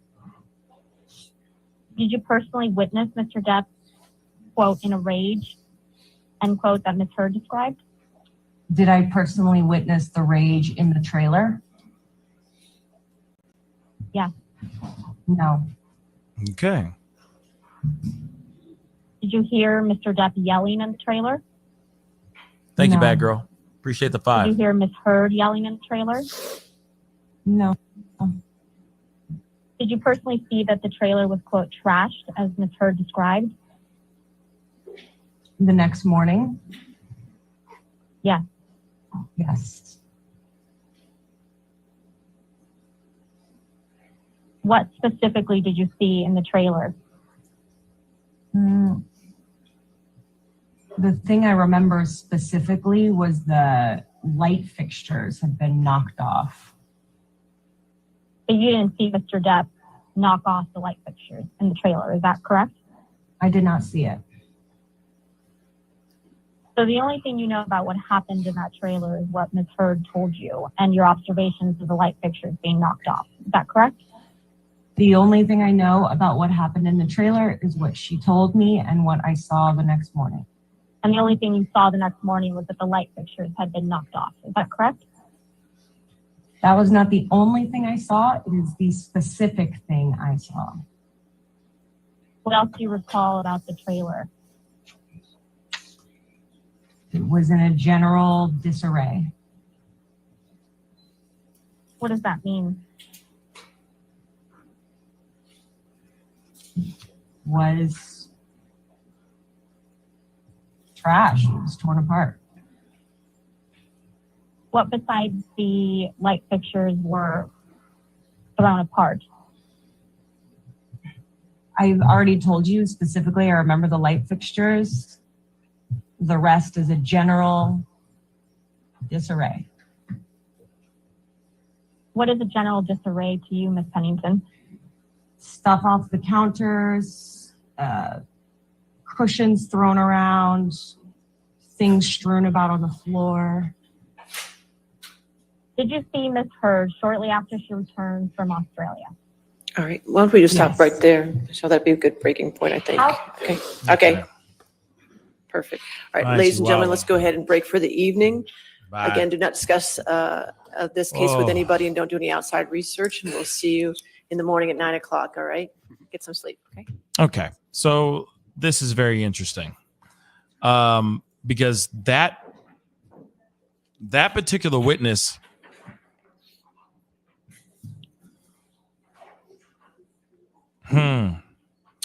there's a lot to break down, or there's a lot to talk about, because IO that came on, they came on, they had their own perspective on certain things. They were saying that Amber doesn't do any drugs. 1248A, is that correct? That's correct, Your Honor. Thank you. Okay, good. All right. And so the witnesses tomorrow, are they live, remote, or do we need a We have web link? one live witness tomorrow. The rest are all video depositions. So they're all depositions, so we don't need a WebEx link? No. Okay. All right. Other than that, jury instructions and verdict forms. I have received jury instructions from both parties. Thank you for that. However, I have not received agreed upon jury instructions as requested. So I'm not sure if that has happened or not happened as far as getting an agreed. Your Honor, we have been trying to meet and confer with them for a week. Well, Your Honor, they're identified and emailed to Sammy. okay, so the ones that you agreed upon? Yes. Okay, that's fine. So if you could do the same and just give me which ones you agree upon, I'd appreciate that. If we can get also by Thursday, your objections to the ones that you don't agree upon in writing to me by Thursday morning, okay? Thank you, Ted. Yes, Can we get that? just so I know what you're objecting to, because I only have 2 hours on Friday morning from 8 a.m. to 10 a.m. to deal with this issue. So I want to make sure we're all prepared to get that done at that time frame, okay? Understood, Your Honor. All right, Yes. great. Anything? Your Honor, I just want to make clear, we haven't seen what they sent until they sent today. So Okay, we've been that's trying to fine. meet and confer about this for a week and have I'm not made no interested in progress. anybody's finger pointing, but I understand, but we'll just go forward from here. And if I can get them Thursday morning, that'd be fantastic, okay? Understood. All right, Thank you, great. Your All Honor. right, have a good evening and we'll Thank see you in the you. morning, okay? Okay. So here it is. All right. Obviously, we saw Amber Heard go up there, get her ass chewed out, basically. Showed a lot of it was just embarrassing for her. Let's just be completely real. Amber Heard. She clearly was lying on the stand on a lot of different things. Obviously, we see Johnny Depp getting a lot of love. People are very much supporting. Like I said, still the pendulum is still swinging over towards Johnny Depp. It's still over on that side right now. And I'm not surprised by it. I'm not surprised about it at all. So, Apollo, thank you so much for the 30 pounds. I really do appreciate it. All the way from the UK. You know, thank you so much. All the way across the pond. Love and respect Pascal for continuing to cover this for all of us. And shout out to the fam and mods. Yes, definitely to the fam, but that's everybody that's in the chat, and most definitely to the mods, because you guys have been in and out throughout the day, and I do appreciate you guys being here, being supportive, and helping me comb through any BS and, you know, block bad bots and, you know, trolls out here. So I do appreciate you as well, and I appreciate Apollo for the 30 pounds. I really, really do appreciate that. But here it is, guys. Okay, we see that. We see what's going on. She going bye-bye now. Bye-bye. Bye-bye, Amber. Bye-bye. Bye-bye. Go with God. Seriously, go with God. And so here's the thing, guys. We got this whole thing that's going down, right? We have this woman. She lied like crazy on the stand. She could be held accountable for those lies. Camille Vasquez went out of her way to expose that ass. She did the damn job. She did exactly what she was supposed to do. She did her damn mother-loving job. And is that a bad thing? I think not. I think not. She did her job. Now, outside of all that, okay, outside of all that, you have the other friends that showed up, the other witnesses that showed up. One was very much saying one thing, and another one was saying something completely bloody different. Literally, one was sitting here saying, oh yeah, never seen her do any kind of drugs like that. She doesn't do that, so on and so forth. And another one's saying, yeah, I've seen her do it a handful of times. She didn't say quote unquote a handful of times, but she said she's seen her do a few things. Okay. Strange. Very, very strange. Now, when we're listening to this, we're listening to the whole thing. I'm going, wait a second, with Raquel. We're listening to Raquel. And right off the bat, these are, by the way, let me add this too. Let me add this 1.2. These are two witnesses that don't even rock with Amber anymore. They don't even hang out with her anymore. So they're still witnesses to this case, but they don't even rock with the girl anymore. Why is that? That's the question I have. That's the question that remains in my mind. Why is that?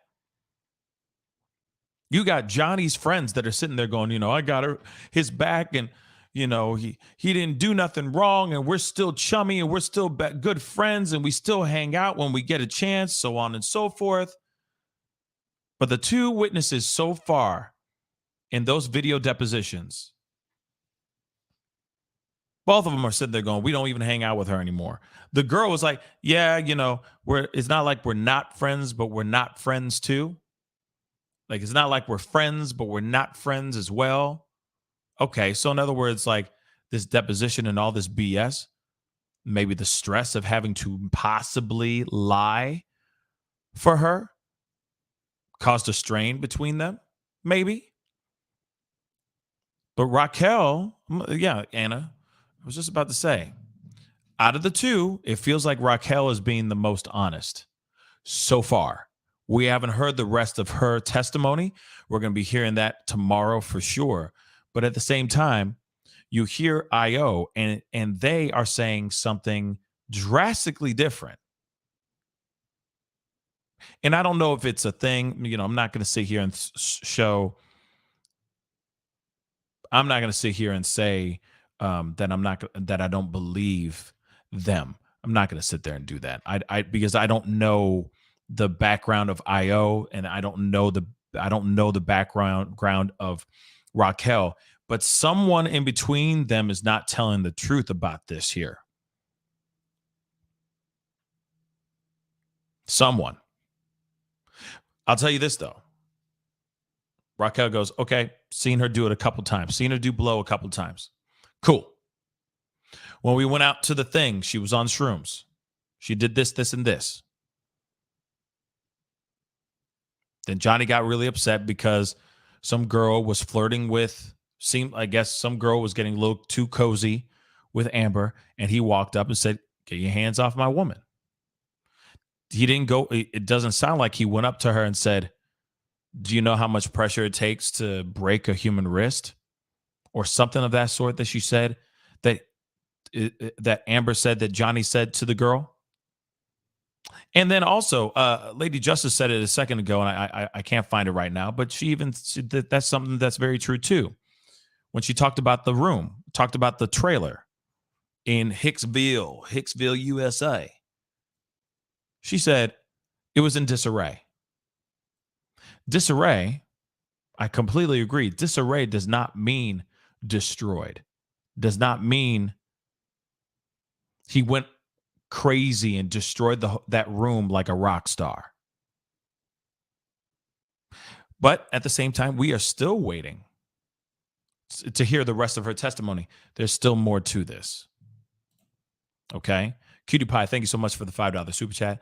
That's women's language for we had a falling out. Notice she said she wanted to make new friends. Yep. Very, very true. Very, very true. I mean, obviously they had something. They were friendly, and then they weren't friendly no more. And maybe, if one reached out with the other, they might get a little bit more friendlier, or they might go, you know what, that's crazy that we don't hang out anymore. We should go and grab some cocktails, girl. Yes, girl, call me anytime. And then they hang out again. And then their friendship is rekindled. But at the same time, though, they're not in contact with each other right now. And why is that? Same thing with IO. They said they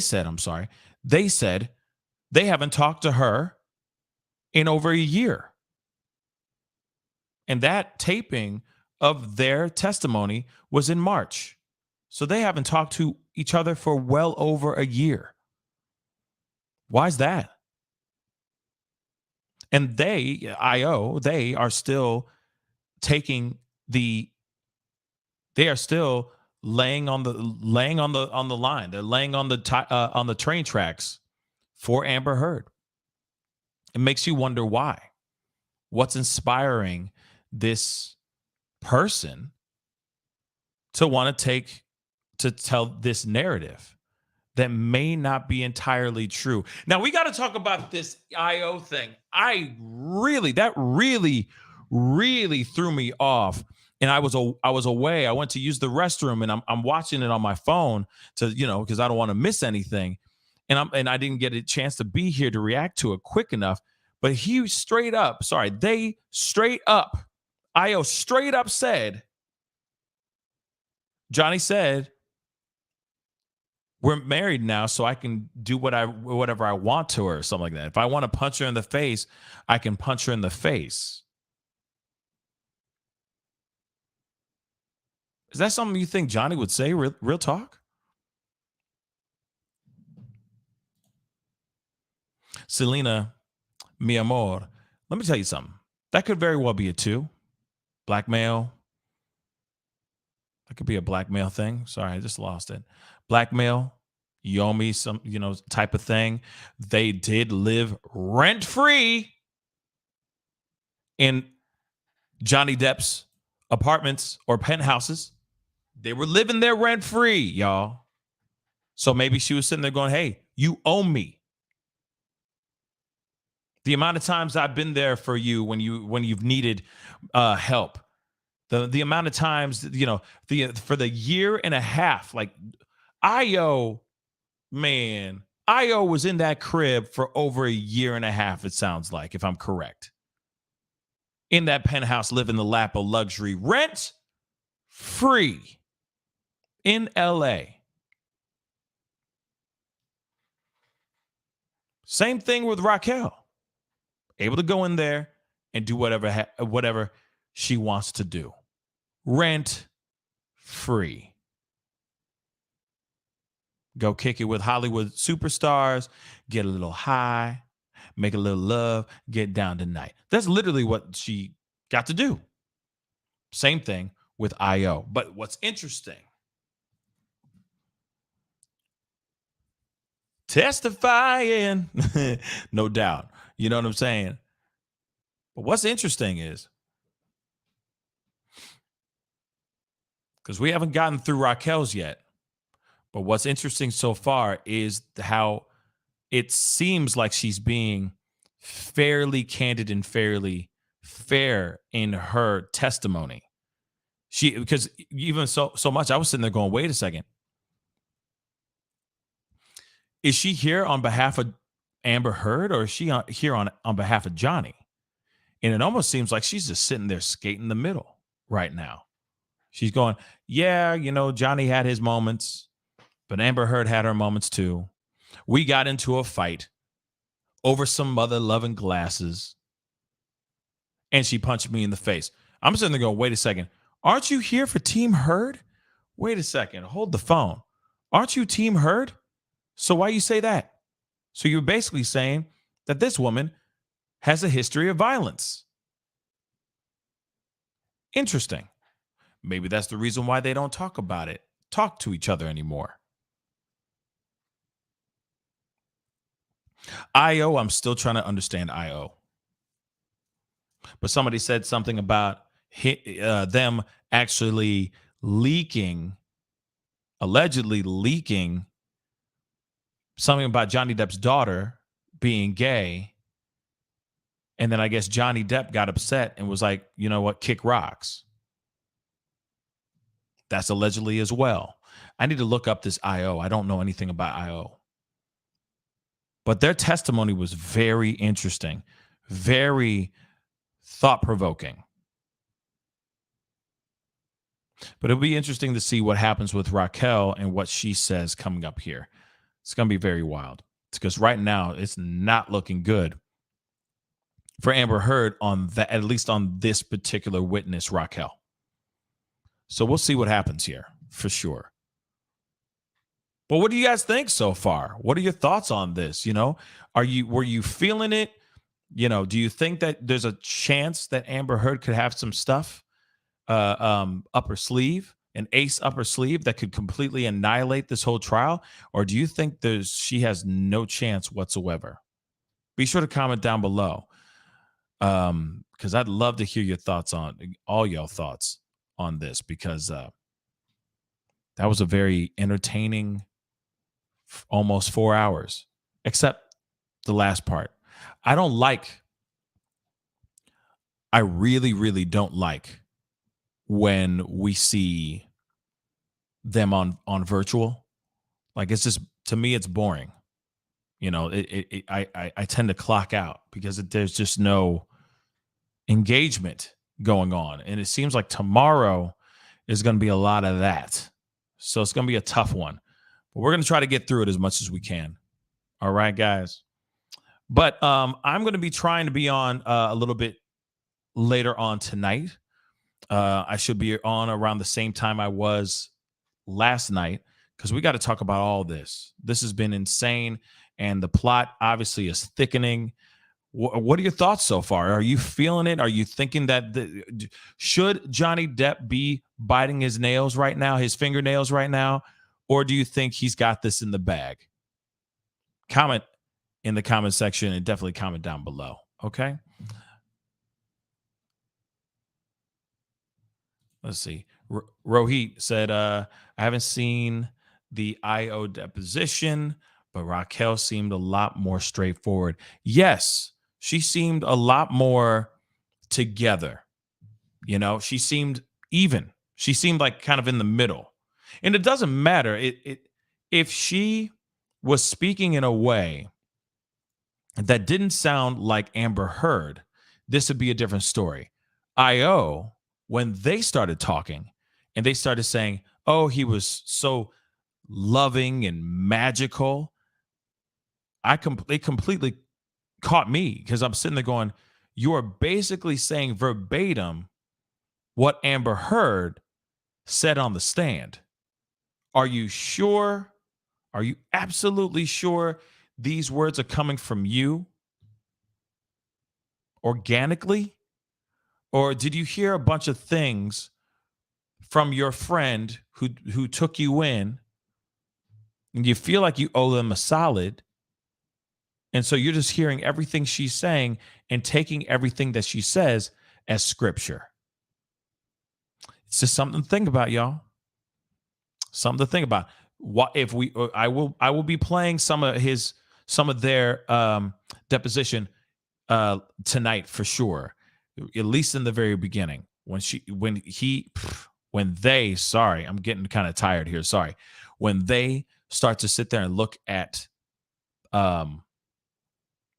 when we look at the footage, okay, you're going to see for yourself. They are literally saying almost verbatim what Amber Heard said on the stand. So clearly she has said this a bunch to IO. Enough for them to have the same lingo. That's just it. Sorry. It's just me. It's just me. It just seems a little strange. That's all. Rescue, thank you so much. Best part of the day was the TMZ slip and Amber covering her mouth. Yes, that was absolutely stellar. You see what I'm saying? So we're going to be reliving a lot of these moments tonight. Just kind of rehashing today's show or today's trial. We will be doing a rehash or a recap before we take our nightcap to go to bed. All right. And we're going to talk about this. We're going to get into some thizangs. Absolutely knuckin' futs this whole trial has been. And it's interesting to see what kind of witnesses she ends up bringing in and what they have to say about Johnny Depp and his relationship with Amber Heard. So tune in tonight around 8 p.m. Central Standard Time. I will be on. So that's only like 4.5 hours away or 3.5 hours away or something like that. So be sure to tune in 8 p.m. Central Standard Time. I'll be on chopping it up with all y'all. I appreciate all y'all for being on. Please do me a favor. Hit that like button down below. Okay. Do me that solid.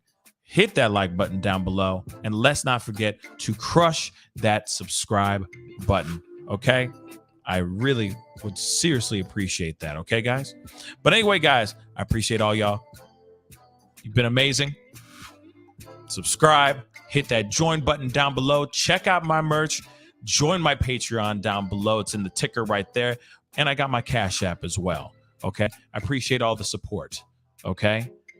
Got to keep the lights on somehow, right? Anyway, guys, it's time to get going. Be good to yourselves. Be good to one another. And I'll see you guys tonight. This is the Pascal Show. Bye.